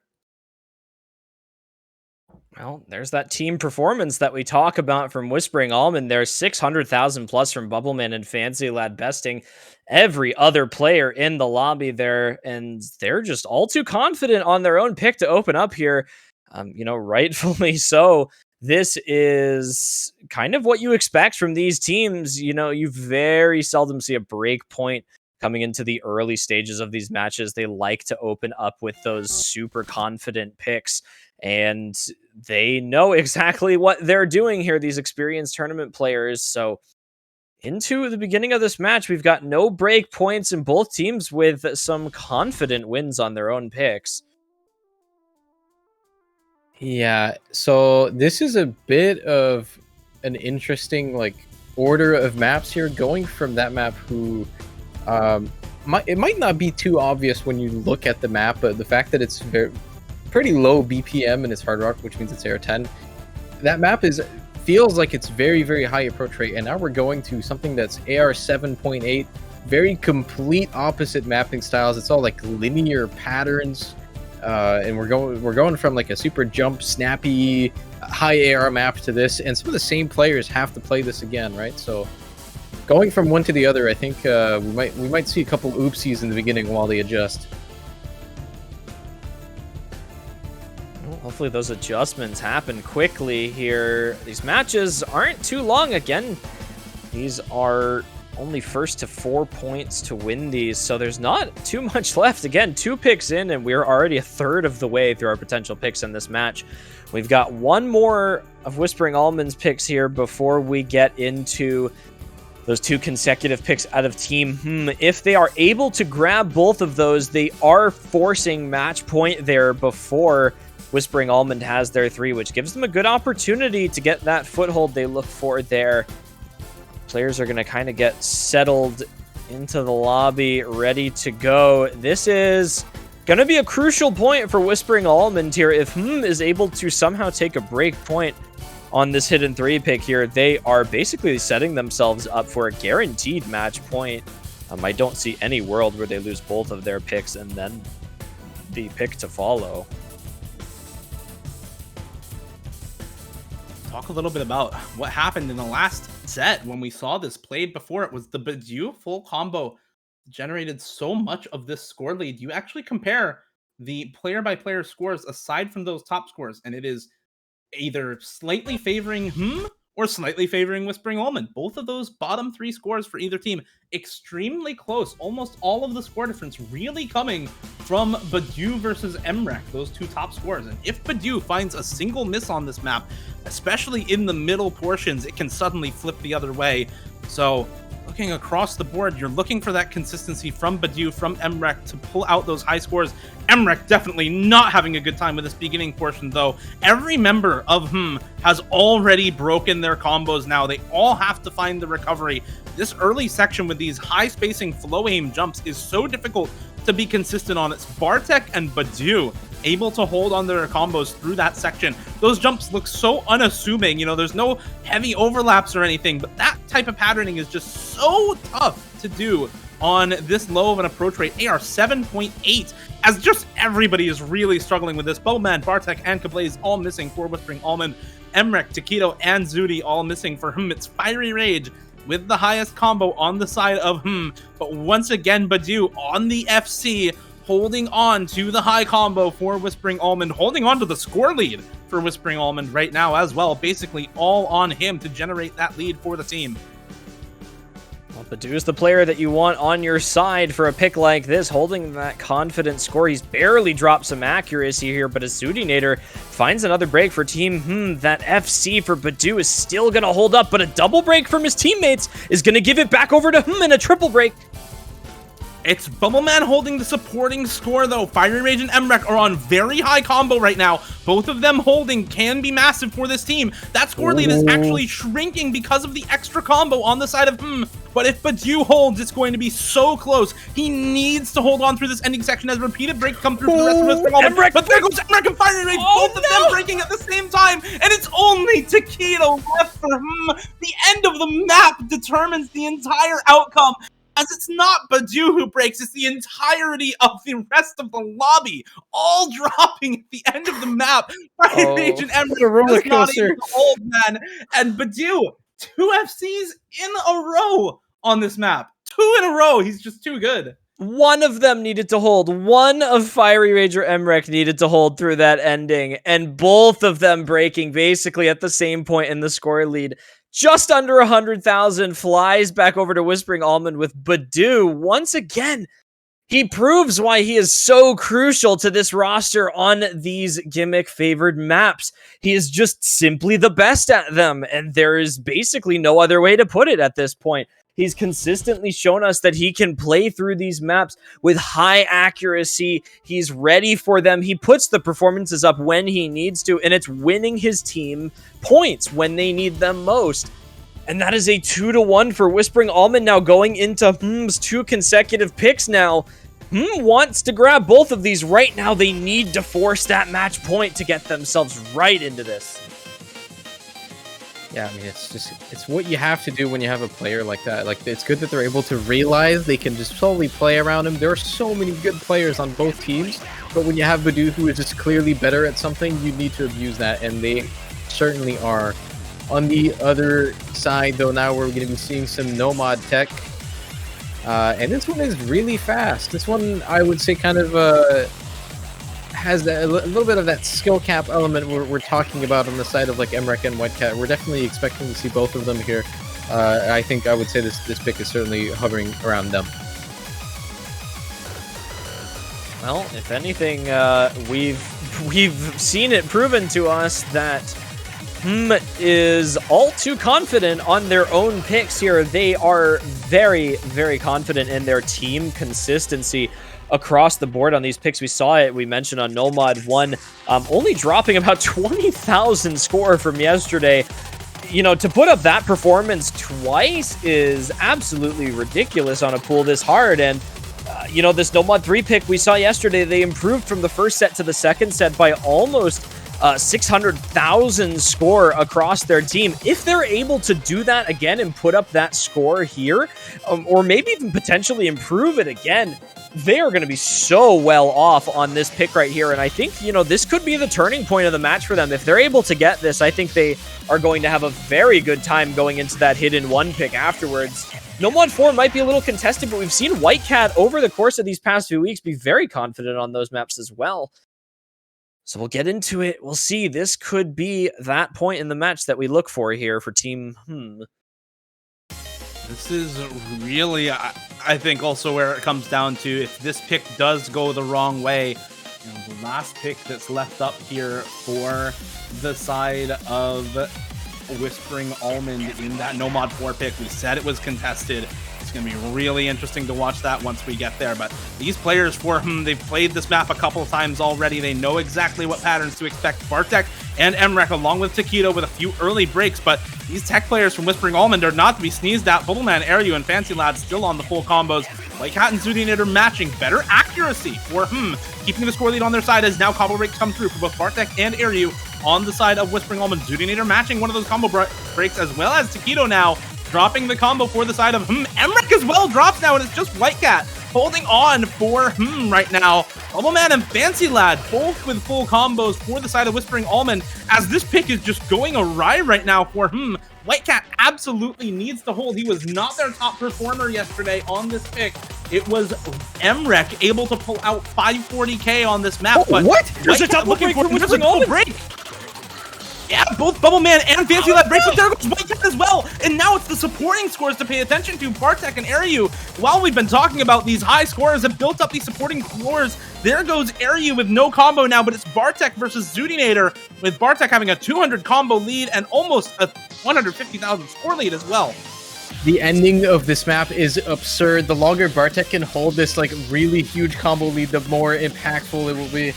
It's almost 200,000 in their favor with Whitecat and Taquito both finding breaks there. It's not going to do them any favors here. It's just Zudinator now with Emrek breaking as well. Bartek finally drops, but he might have done enough unless Zudinator FCs the ending. She's going to need to FC, and Bubbleman and Fancy will need a break. There's the break from Bubbleman. We need the drop from Fancy to come through to see Zudinator take this, but it's she who drops instead alongside Fancy. Both of them unable to hold on through just a monstrous ending to this map. The wiggle streams, the space triples, the massive sliders all over the place. Just too much to hold on to for most players. Emrek able to actually hold onto some of this combo. The repeated drops actually put the score further into the side of Whispering Almond. Less misses on their side at the end of the map. And that is going to seal it up. 135,000 in the lead for Whispering Almond on the break point. Ooh, danger zone. Oh, yeah, this is not the point you want to be in right here. You know, unfortunately enough for Team Whispering Almond actually beating their team score on this map from yesterday by roughly 60,000 on the dot. So not only needed to match their performance yesterday, but they needed to best it. They actually did across almost every player in here except for Emrek, dropping from roughly 540,000 to 321,000. So not quite able to put the performance up from yesterday. Unfortunately, you know, that's gonna be, you know, helping in part to cost them that point there. Whispering Almond now at match point, they do have to go through one more break point of Team Hms if they want to close it out here, but this is the do or die situation for Team Hm. Now, it's a hidden one pick. They look to be about 1.2 million across their team on this map yesterday. Again, Emrek being that top scoring player.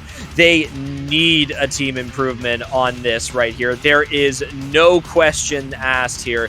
They have to improve that score from yesterday, and this is kind of, you know, that mental fortitude situation. They have to maintain it right now.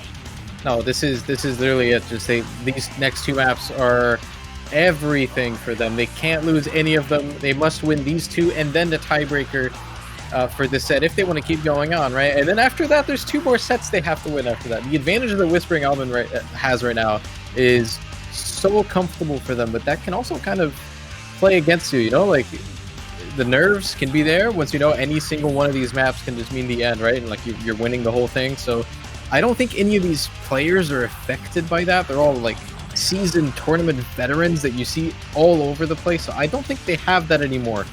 But I don't know. It's pretty rough right now for me. Definitely in the danger zone.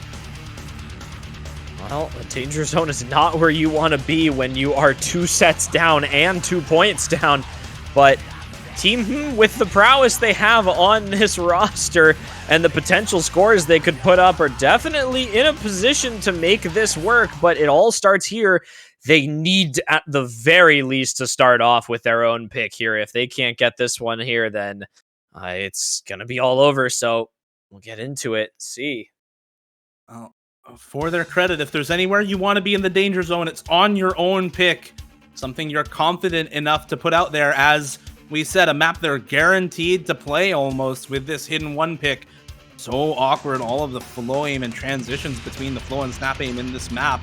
Early miss for Bubbleman on the side of Whispering Almond, but Whitecat, Zudinator, Emrek, Taquito, a hidden aim roster like that is very scary, even against the likes of Whispering Almond. Fancy Lad and Bubbleman with some early breaks for their side. Bartek and Badu holding on once again. Those aim players for Whispering Almond, especially Bartek and Badu, I think the ones to look out for. Very good hidden players specifically on their side. Badu, of course, has been pretty much a star performer for this Whispering Almond team during this match, but is going to struggle to match some of these scores now from as we see another break from I'm a Fancy Lad on the side of Whispering Almond. Still 4 full combos for about a quarter of the way through the map now.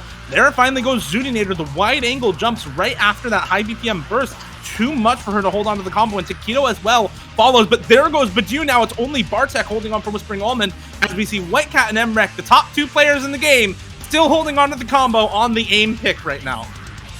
That performance upgrade from Emrek and Whitecat is something that they really need to have on these later maps here, as Fancy Lad finds another break. It's just Bartek standing between Whispering Almond and a lost point here. Bubbleman dropping as well. It's just the 1 combo versus the 2. The score lead's going to be close between it, but as long as they hold these FCs, there's nothing Whispering Almond can do. That's really the case, right? Finally a break, however, for Emrek. A chain miss just before the halfway portion of the map. It's actually better accuracy for Bartek on the full combo than for Whitecat. Take stock of the supporting combos, though. Zudinator just behind Badu, about 70 combo back. But there goes Bartek's full combo, and now suddenly the supporting scores do not mean anything anymore. Whitecat with the combo here into the obtuse angle jump section. These almost flow aim jumps, you want to snap to these for the confidence you're going to hit them, but the angles are just so awkward to make that happen. More breaks come for everybody besides Whitecat and Badu. Those 2 still holding on to the combos. If Whitecat breaks, you absolutely look to Badu to try to take this back for Whispering Almond and end it early, because look how close the score is in spite of this FC advantage. It's less than 100,000 score in the favor of right now. The rest of the team just not able to put up those high supporting scores that you would want to see, and it was all on Whitecat, but there he goes, and Badu is now once again in the spotlight. This guy on the hidden maps, on the aim picks, has been such a star player for Whispering Almond in this grand finals, and he's looking to try and pull this score lead back into their favor. There's another break. Don't do this to them. It's gonna happen. He's got the time. He breaks on the streams. There's a stream section. Oh no. But the classic Badu and streams comes through here in the grand finals. It's Taquito and Fancy Lad matching the combo. Both of them break, but Zudinator able to hold on. 400 combo on her FC into the space 1/3. More of these transitions between the beat snap divisors, 1/4 into 1/2 here now once again, as she is just holding strong for this team. Near 600 combo at this point, holds through the slider into the linear jumps near the end, and we only got a quarter of the map left. It's now actually a higher score lead than it was while Whitecat was full comboing over 100k in the favor of him, and this is looking fairly good at this point. Only Bubbleman with a high combo to try and contest if a break does come through for Zudinator, and we're looking for him to put their 2nd point on the board now.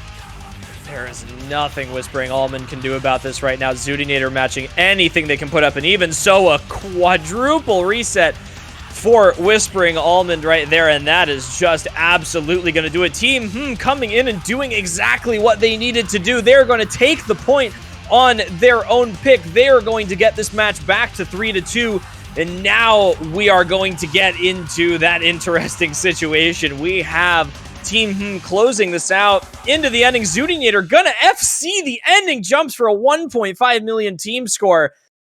We go into Whispering Almond's final pick of the match. The final pick of the match, period. And this is the difference. Will we be seeing the tiebreaker today? Nomad 4 is the map we've been hyping up, man. This next pick, the alt map in this Nomad pool, something that has been so good at throughout the tournament that they kind of fumbled versus El Dupa. It's the redemption here if they can actually take this point. Lots on the line here. Lots on the line. But I mean, we have seen some improvements over many of their scores, right? So maybe their scores yesterday wasn't very indicative of anything. They also didn't have Taquito. Maybe he's playing this. So I don't know. This is all or nothing for him here. This is an interesting situation. We talked about it earlier in the Nomad 3, where, you know, we looked at his potential team score on that map being roughly around 1.5 million. And hoping that they were able to maintain that consistency through that map. And unfortunately, they just weren't able to. You know, 1 million team score on this map yesterday.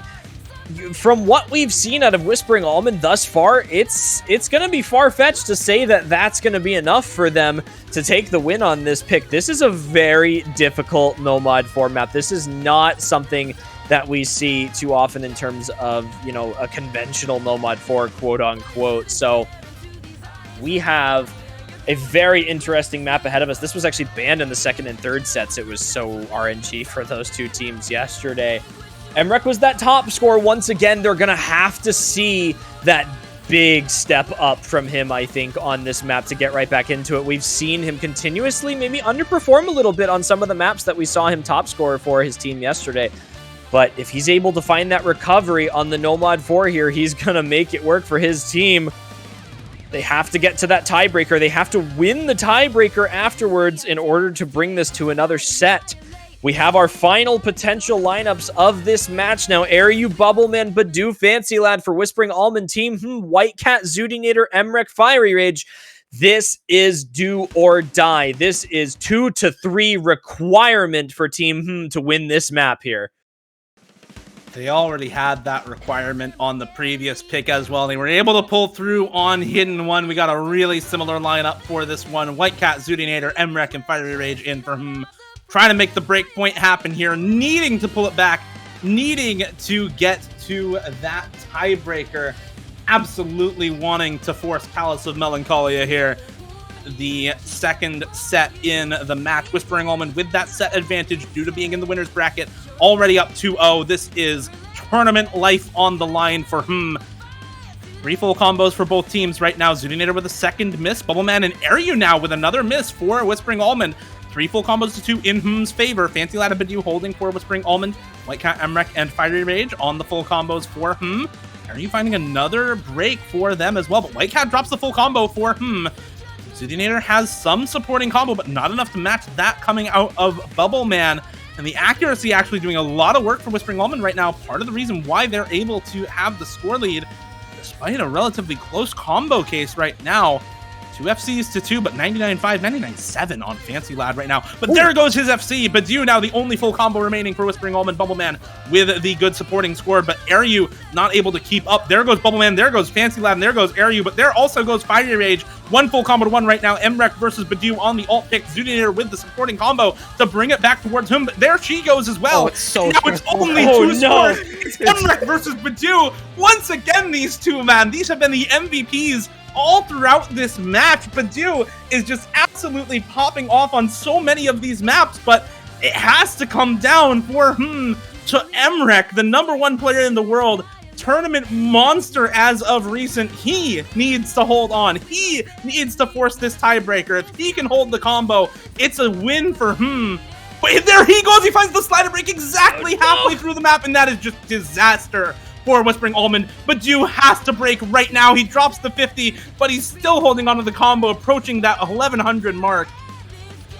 There's nothing they can do. Badoo is just looking too strong. 99.16% accuracy and climbing. He is unwavering in these jump patterns right here. He continues dropping 50s, but he holds the combo down. White Cat has started to build up a supporting combo, but so have Bubbleman and Fancy Lad. And with Badoo finally finding the break, this is going to be close once again. They need the supporting combos to hold. But there goes White Cat, and that might just do it with a quarter of the map left. Bubbleman and Fancy Lad need to break here. Emrek and Fiery Rage once again have good supporting combo, but these two high combos, 750, 750 combo for both Bubbleman and Fancy Lad. Airyu drops and Fiery Rage drops. That's an even trade of combos. There goes Fancy Lad, but there goes Emrek as well. Bubbleman now the only one left standing. Actually, Badoo as well on the 250 combo, but it's Bubbleman putting on the show now. We saw Badoo get close to that 1100 combo. Bubbleman gonna almost match it up at 950 or so. And even with the drop, where is the combo on to try and take advantage? Where is the score to be built up for them? It's just not there. Almost 300,000 score the lead now as Whispering Almond. Again, that team consistency. It was all on Emrek. It was all on White Cat and Fiery Rage, but the team consistency for Whispering Almond is just so good. Bubbleman, Fancy, and Badoo all putting up fantastic scores right now, and Badoo once again there to take out the mantle when Bubbleman drops. Just goes to show how incredible this team really is as they look to close out the Corsace Open 2021 Grand Finals 3-0 on the set score. This is Badoo into the ending, finally finding a break. There goes Emrek. There goes all the combos left in the lobby. Final seconds of the map. Here we go, ending jumps, and that is going to be it into the last seconds of the map. Ladies and gentlemen, Whispering Almond are your champions of Corsace Open 2021. Give them a round of applause. That is a team performance to be unmatched. How does this end in a 3-0 when all of the maps are so close, man? This is crazy. That going into it all throughout this match, Whispering Almond continuing to show us why they are that winner's bracket team, why they performed so well across this tournament. This roster was a force to be reckoned with. Team not to leave it to the side here. An absolutely outstanding team trudging through the loser's bracket after their loss in the winner's bracket, fighting their way back up here and going to be finished in second place. Not half bad at all. Of course, we are going to be getting a tiebreaker showcase for you all. We will not be leaving it on that note, but in the end, it will be Whispering Almond with that first place finish. That is going to be exactly what they were looking for here. So without further ado, I believe we're going to get the players set in. We are going to be getting into Palace of Melancholia for that tiebreaker showcase. You cannot miss this. This is the map I think everybody wanted to see at some point throughout these sets. Unfortunately for the viewers, Whispering Almond was just that much stronger than No tiebreaker was meant to happen. Double 4-2 on the set count, just about as close as you can get without it being tiebreaker. But this is really what we all wanted to see. This map and song are just so good. I think we're going to be hard-pressed to see anyone beat Tuna's score for the showcase. He put up 600k for this map, just like absolute beast mode score. So I'm hoping we see something close to it, but I wouldn't hold my breath. These are some ridiculous numbers to try and put up on this map. Well, they're trying to do 8v8 on this. We're not going to be able to show everyone on screen, but the score is going to look pretty funny, I think. Well, we'll see what happens here. We'll get as many playing the map as possible, but we know that there is going to be some exciting scores, I think, based on the players that we have seen performing across this match today. We're going to be having a very good time on this map. Very fast, very aim-intensive stream, the finger control. This map basically has it all. We showed it off in the showcase with that custom song, custom map, custom background, everything for this map here. The banger of a song it is. All of this leading up to this showcase moment here. We'll wait for all the players to get into the lobby. We'll finally get our chance to see these top two teams face off. Palace of Melancholia here. We're going to get readied up and right into it. And I think everyone was hoping to see this map in a real context being played, but at least we're still able to do a little bit of an exhibition here. Oh, yeah.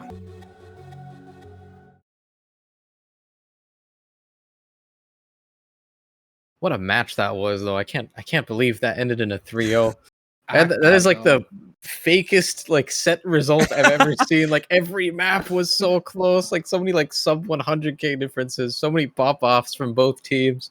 I mean, when Whispering Almond whips out the Badoo cheat code, you know, what do you say? Yeah. But here we are into the tiebreaker. Everyone, hang on to your seats. Here we go.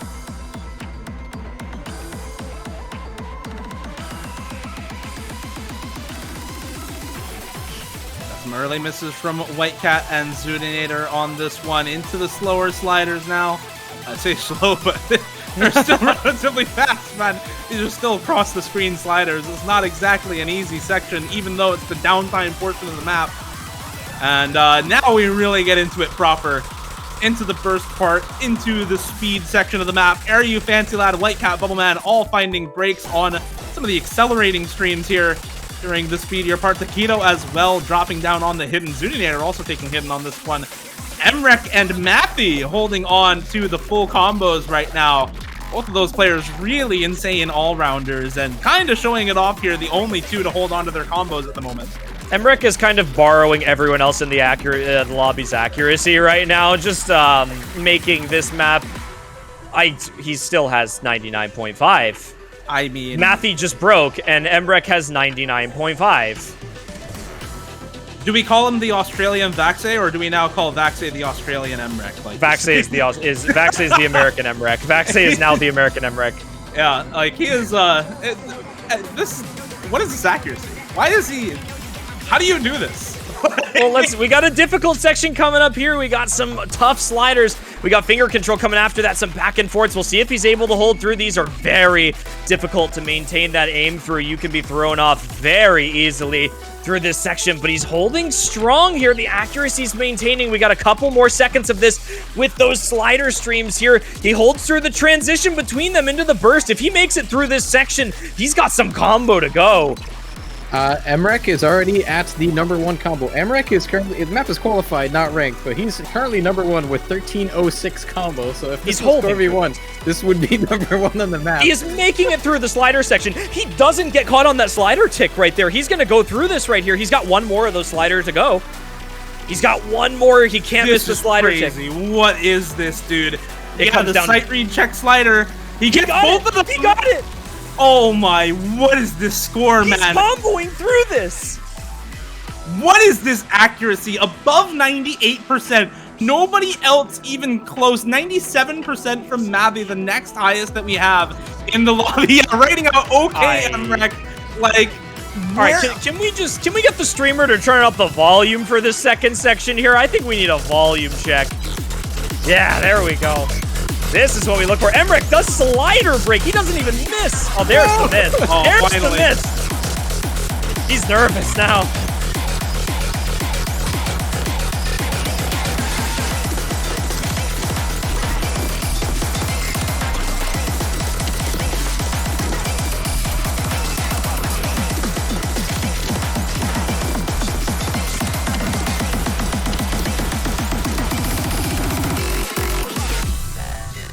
There we are into the final PI coming up.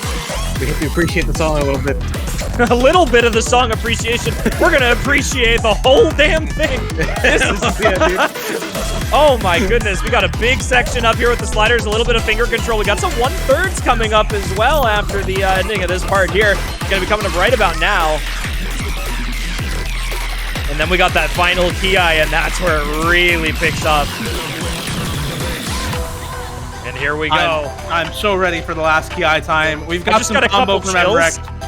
Yeah, we've got some combo from Emrek. We've got a little combo from Bubbleman and Taquito, but I'm really looking at the Australian prodigy right now. This dude could pop off in the second half of the map.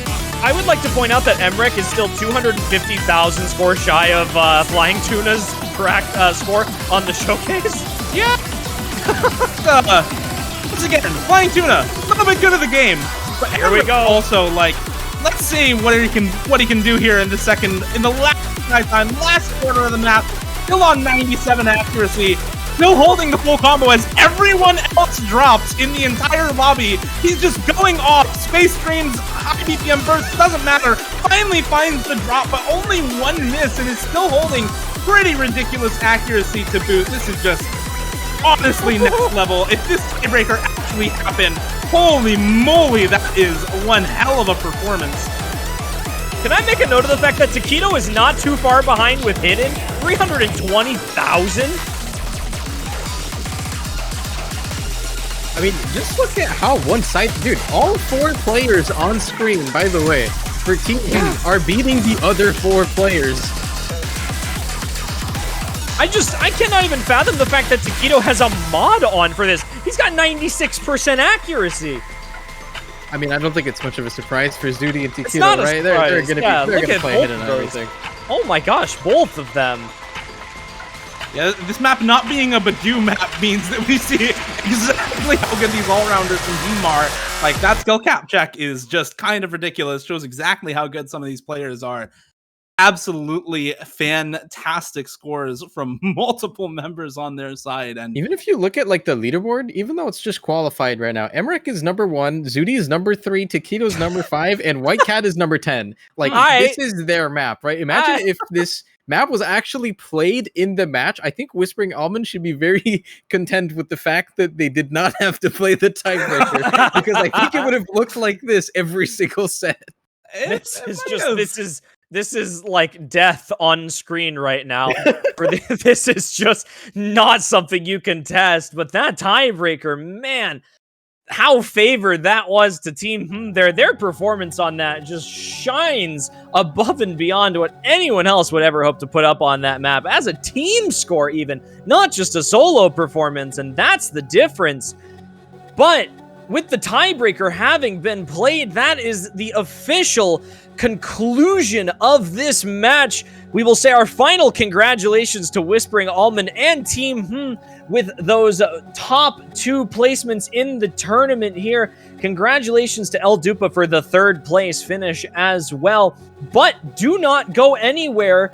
We may be done with the match, but I'm going to take a little bit of a pause here, as will Azer and Dio, and we got a special little announcement for you all here. Hey guys, this is K2. For those who don't know, I'm the designer for Corsace, and I decided to pop by here just to make a very special announcement. I know it's been brought up many times, and we've all joked about it, but I'm happy to say that we now finally have an official merch store. Should be live starting now, so you guys can go check it out after the stream at shop.corsace.io. For our launch products, we're currently carrying these limited edition Corsace Open 2021 t-shirts, available in both black or white. Keep in mind that these are limited, so they'll only stick around until the end of November. Make sure you guys grab them quick. We do have more designs and products in the planning, so for those who just want like a basic Corsace shirt, we'll have them in stock soon. And like this year's Corsace Open, we'll also be doing limited edition event-specific products for next year's Corsace Close and next year's Corsace Open as well. So keep an eye out for those. That's it from me, and hope you guys enjoy the rest of the stream.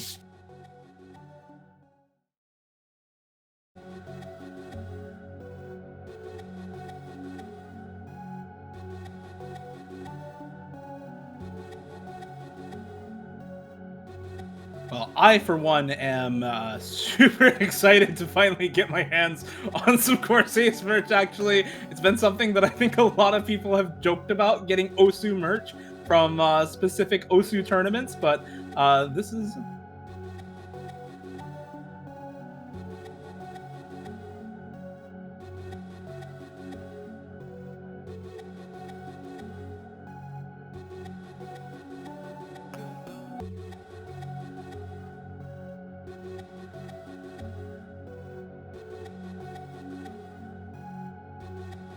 It is really exciting to finally have these.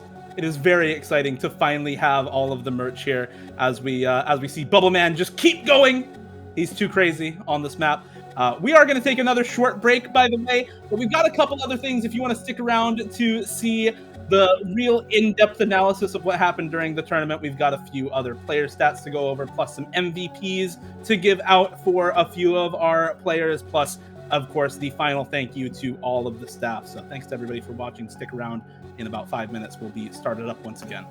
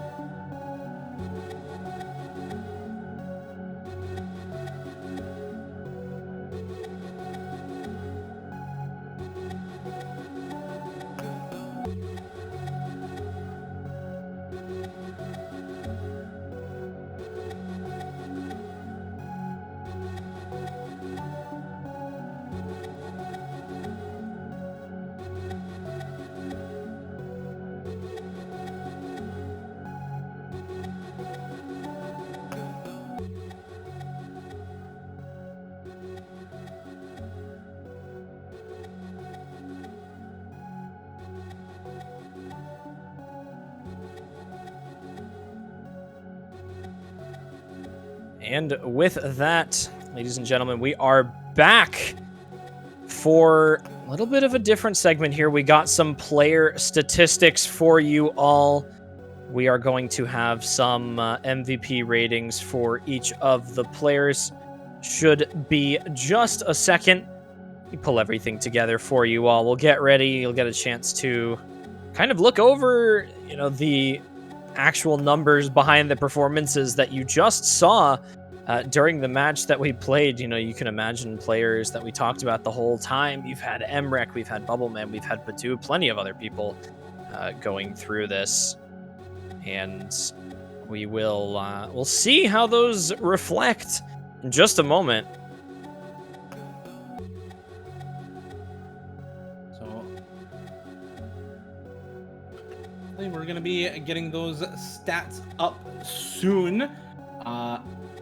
We did see some pretty ridiculous performances, specifically from Emrek and Badu in the last matchup. I think those will probably end up actually swaying their numbers a little bit, but it looks like we do have all of our player ratings up. So just to say how they're actually calculated for everyone, the rating that you see on the right is the player's score on all of their different maps divided by the maximum score that they could have gotten, and then multiply that by 10. So for example, a 1.0 rating would be about 10% of the maximum score that you could get. So we're starting at the bottom, it looks like, going over just a few of the players down near the bottom of the stats, and then going on up. We've had 64 teams in this bracket stage, so there are a lot of players that we can talk about, but I think a lot of us are really interested in a lot of the players up near the top as we scroll through quite a lot of the earlier teams within the tournament. I think in total there's 410 players being shown, I think. So pretty much it's almost everyone. We cut out the very bottom, I think, because a lot of people just didn't play maps or for a reason for another. But yeah, so you played in Corsace, you're likely in here, so it's good to keep an eye out for yourself, see if you can spot some of your teammates, maybe go through it. But again, going from the bottom all the way to the top, you can see how small the increments are in these player ratings, and just how close these really do come to one another between the player ranges here. You'll start to see the player ratings continuously go up, of course.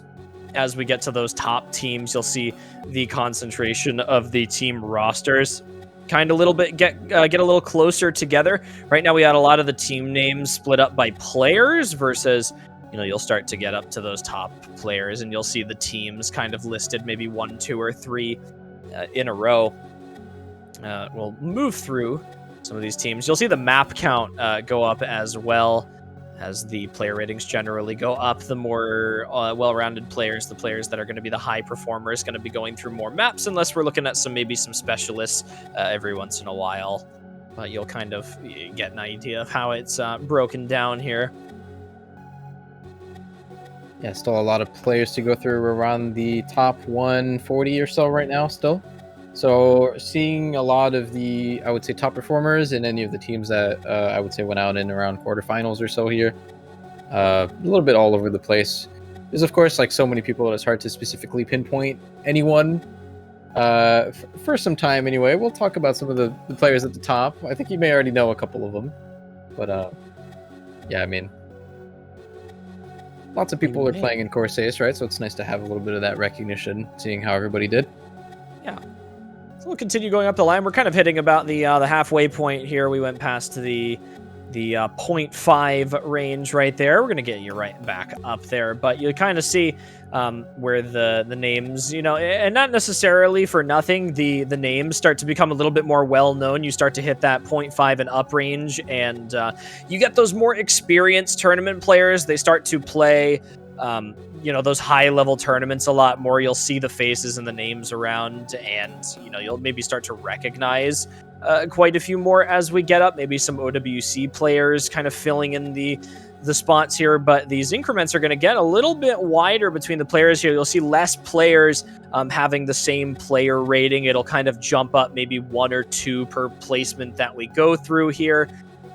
As we, continue to kind of scroll up the ratings here, we're going to start to hit that 1.0 as we get to maybe these top couple of tabs here. Krez going to be the one starting us off there. Yeah, 43 people above 1.0.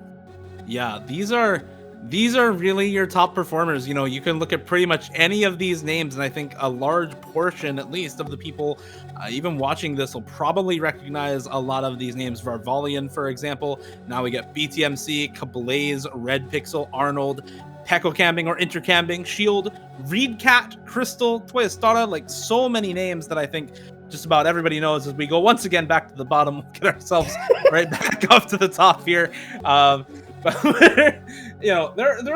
there are a lot of these names now that we're getting up really near the top that are very, very well-known players. I mean, we are almost right up at the last slide where we left off. You're starting to get into the 2.0 rating, which is honestly just a really ridiculous type of rating to have. So beyond that, you really are looking at the top performers for every team, or the top teams in the tournament beyond that. Yeah, so you'll continuously see, again, the total map counts fluctuate quite a bit as well. You look at the players that kind of made it to these later stages. You got Frankie up on the screen as well, 117 as a total map count, which is quite a bit higher than a lot of these other players. So you'll see the later stage players here start to kind of fill in more of those maps, which makes it all the more impressive that player rating goes up. As you play more maps, you kind of have the chance to maybe, you got a couple blunders here and there, and it can maybe affect that score a little bit, but still maintaining it at that upper level, it's very difficult to do. You're competing with a lot of those high level competitive players, and you got to stand out against the crowd, and that's what these players do. It's what they did today in this match. As we continue, we'll start to get up to the very top of the list soon. Here you'll start to see some names you haven't seen. We'll start to get up into the 2s as well. Toyostada going to be starting us off there. And as we get to the very top... That's not quite the very almost, top, but we're pretty almost. close. We're going to start to get to the very top. I think we're specifically excluding 3 people. Yes, we are. So Bubbleman at number 4 there, 3.66 rating, 36 maps played, 66 maps in total for the team, 36 maps played. Whispering Almond as a team playing very few maps. Playing 117 maps. Fire Rage playing 81 of them with a 3.53 rating. And then our MVPs here now, Emrek, Badu, and Chomicbox in that order. 3 standout players for each of the top 3 teams. It makes so much sense that these 3 are here. If there's any... Especially, I think Chomicbox, even though he was not playing in the grand finals, like, he is arguably the only reason why Eldupa's in the top 3 in the first place. He was a crucial player for them this year. Not too far behind Badu on that first place team there with that second MVP. And of course, Emrek, the #1 player in the world, making waves through tournaments as of recently as well. Really going through and showing us just why he belongs up there. But those are your 3 MVPs from your top 3 teams in the tournament. We had the statistics. Hopefully those images will be up for you all, or you can scroll a bit past the stream later to try and get back to that. Check out your own rating and how you chalked up to the other players in the tournament. But that is not going to be all for us today. We are not closing the stream out here. That will be the end of the statistics, but we are going to very quickly throw it over to Half-Slashed, none other than, who will be closing out our stream for us today. Hey everyone, if you don't know me, I'm Half-Slashed. I am the head pooler for Corsace 2021.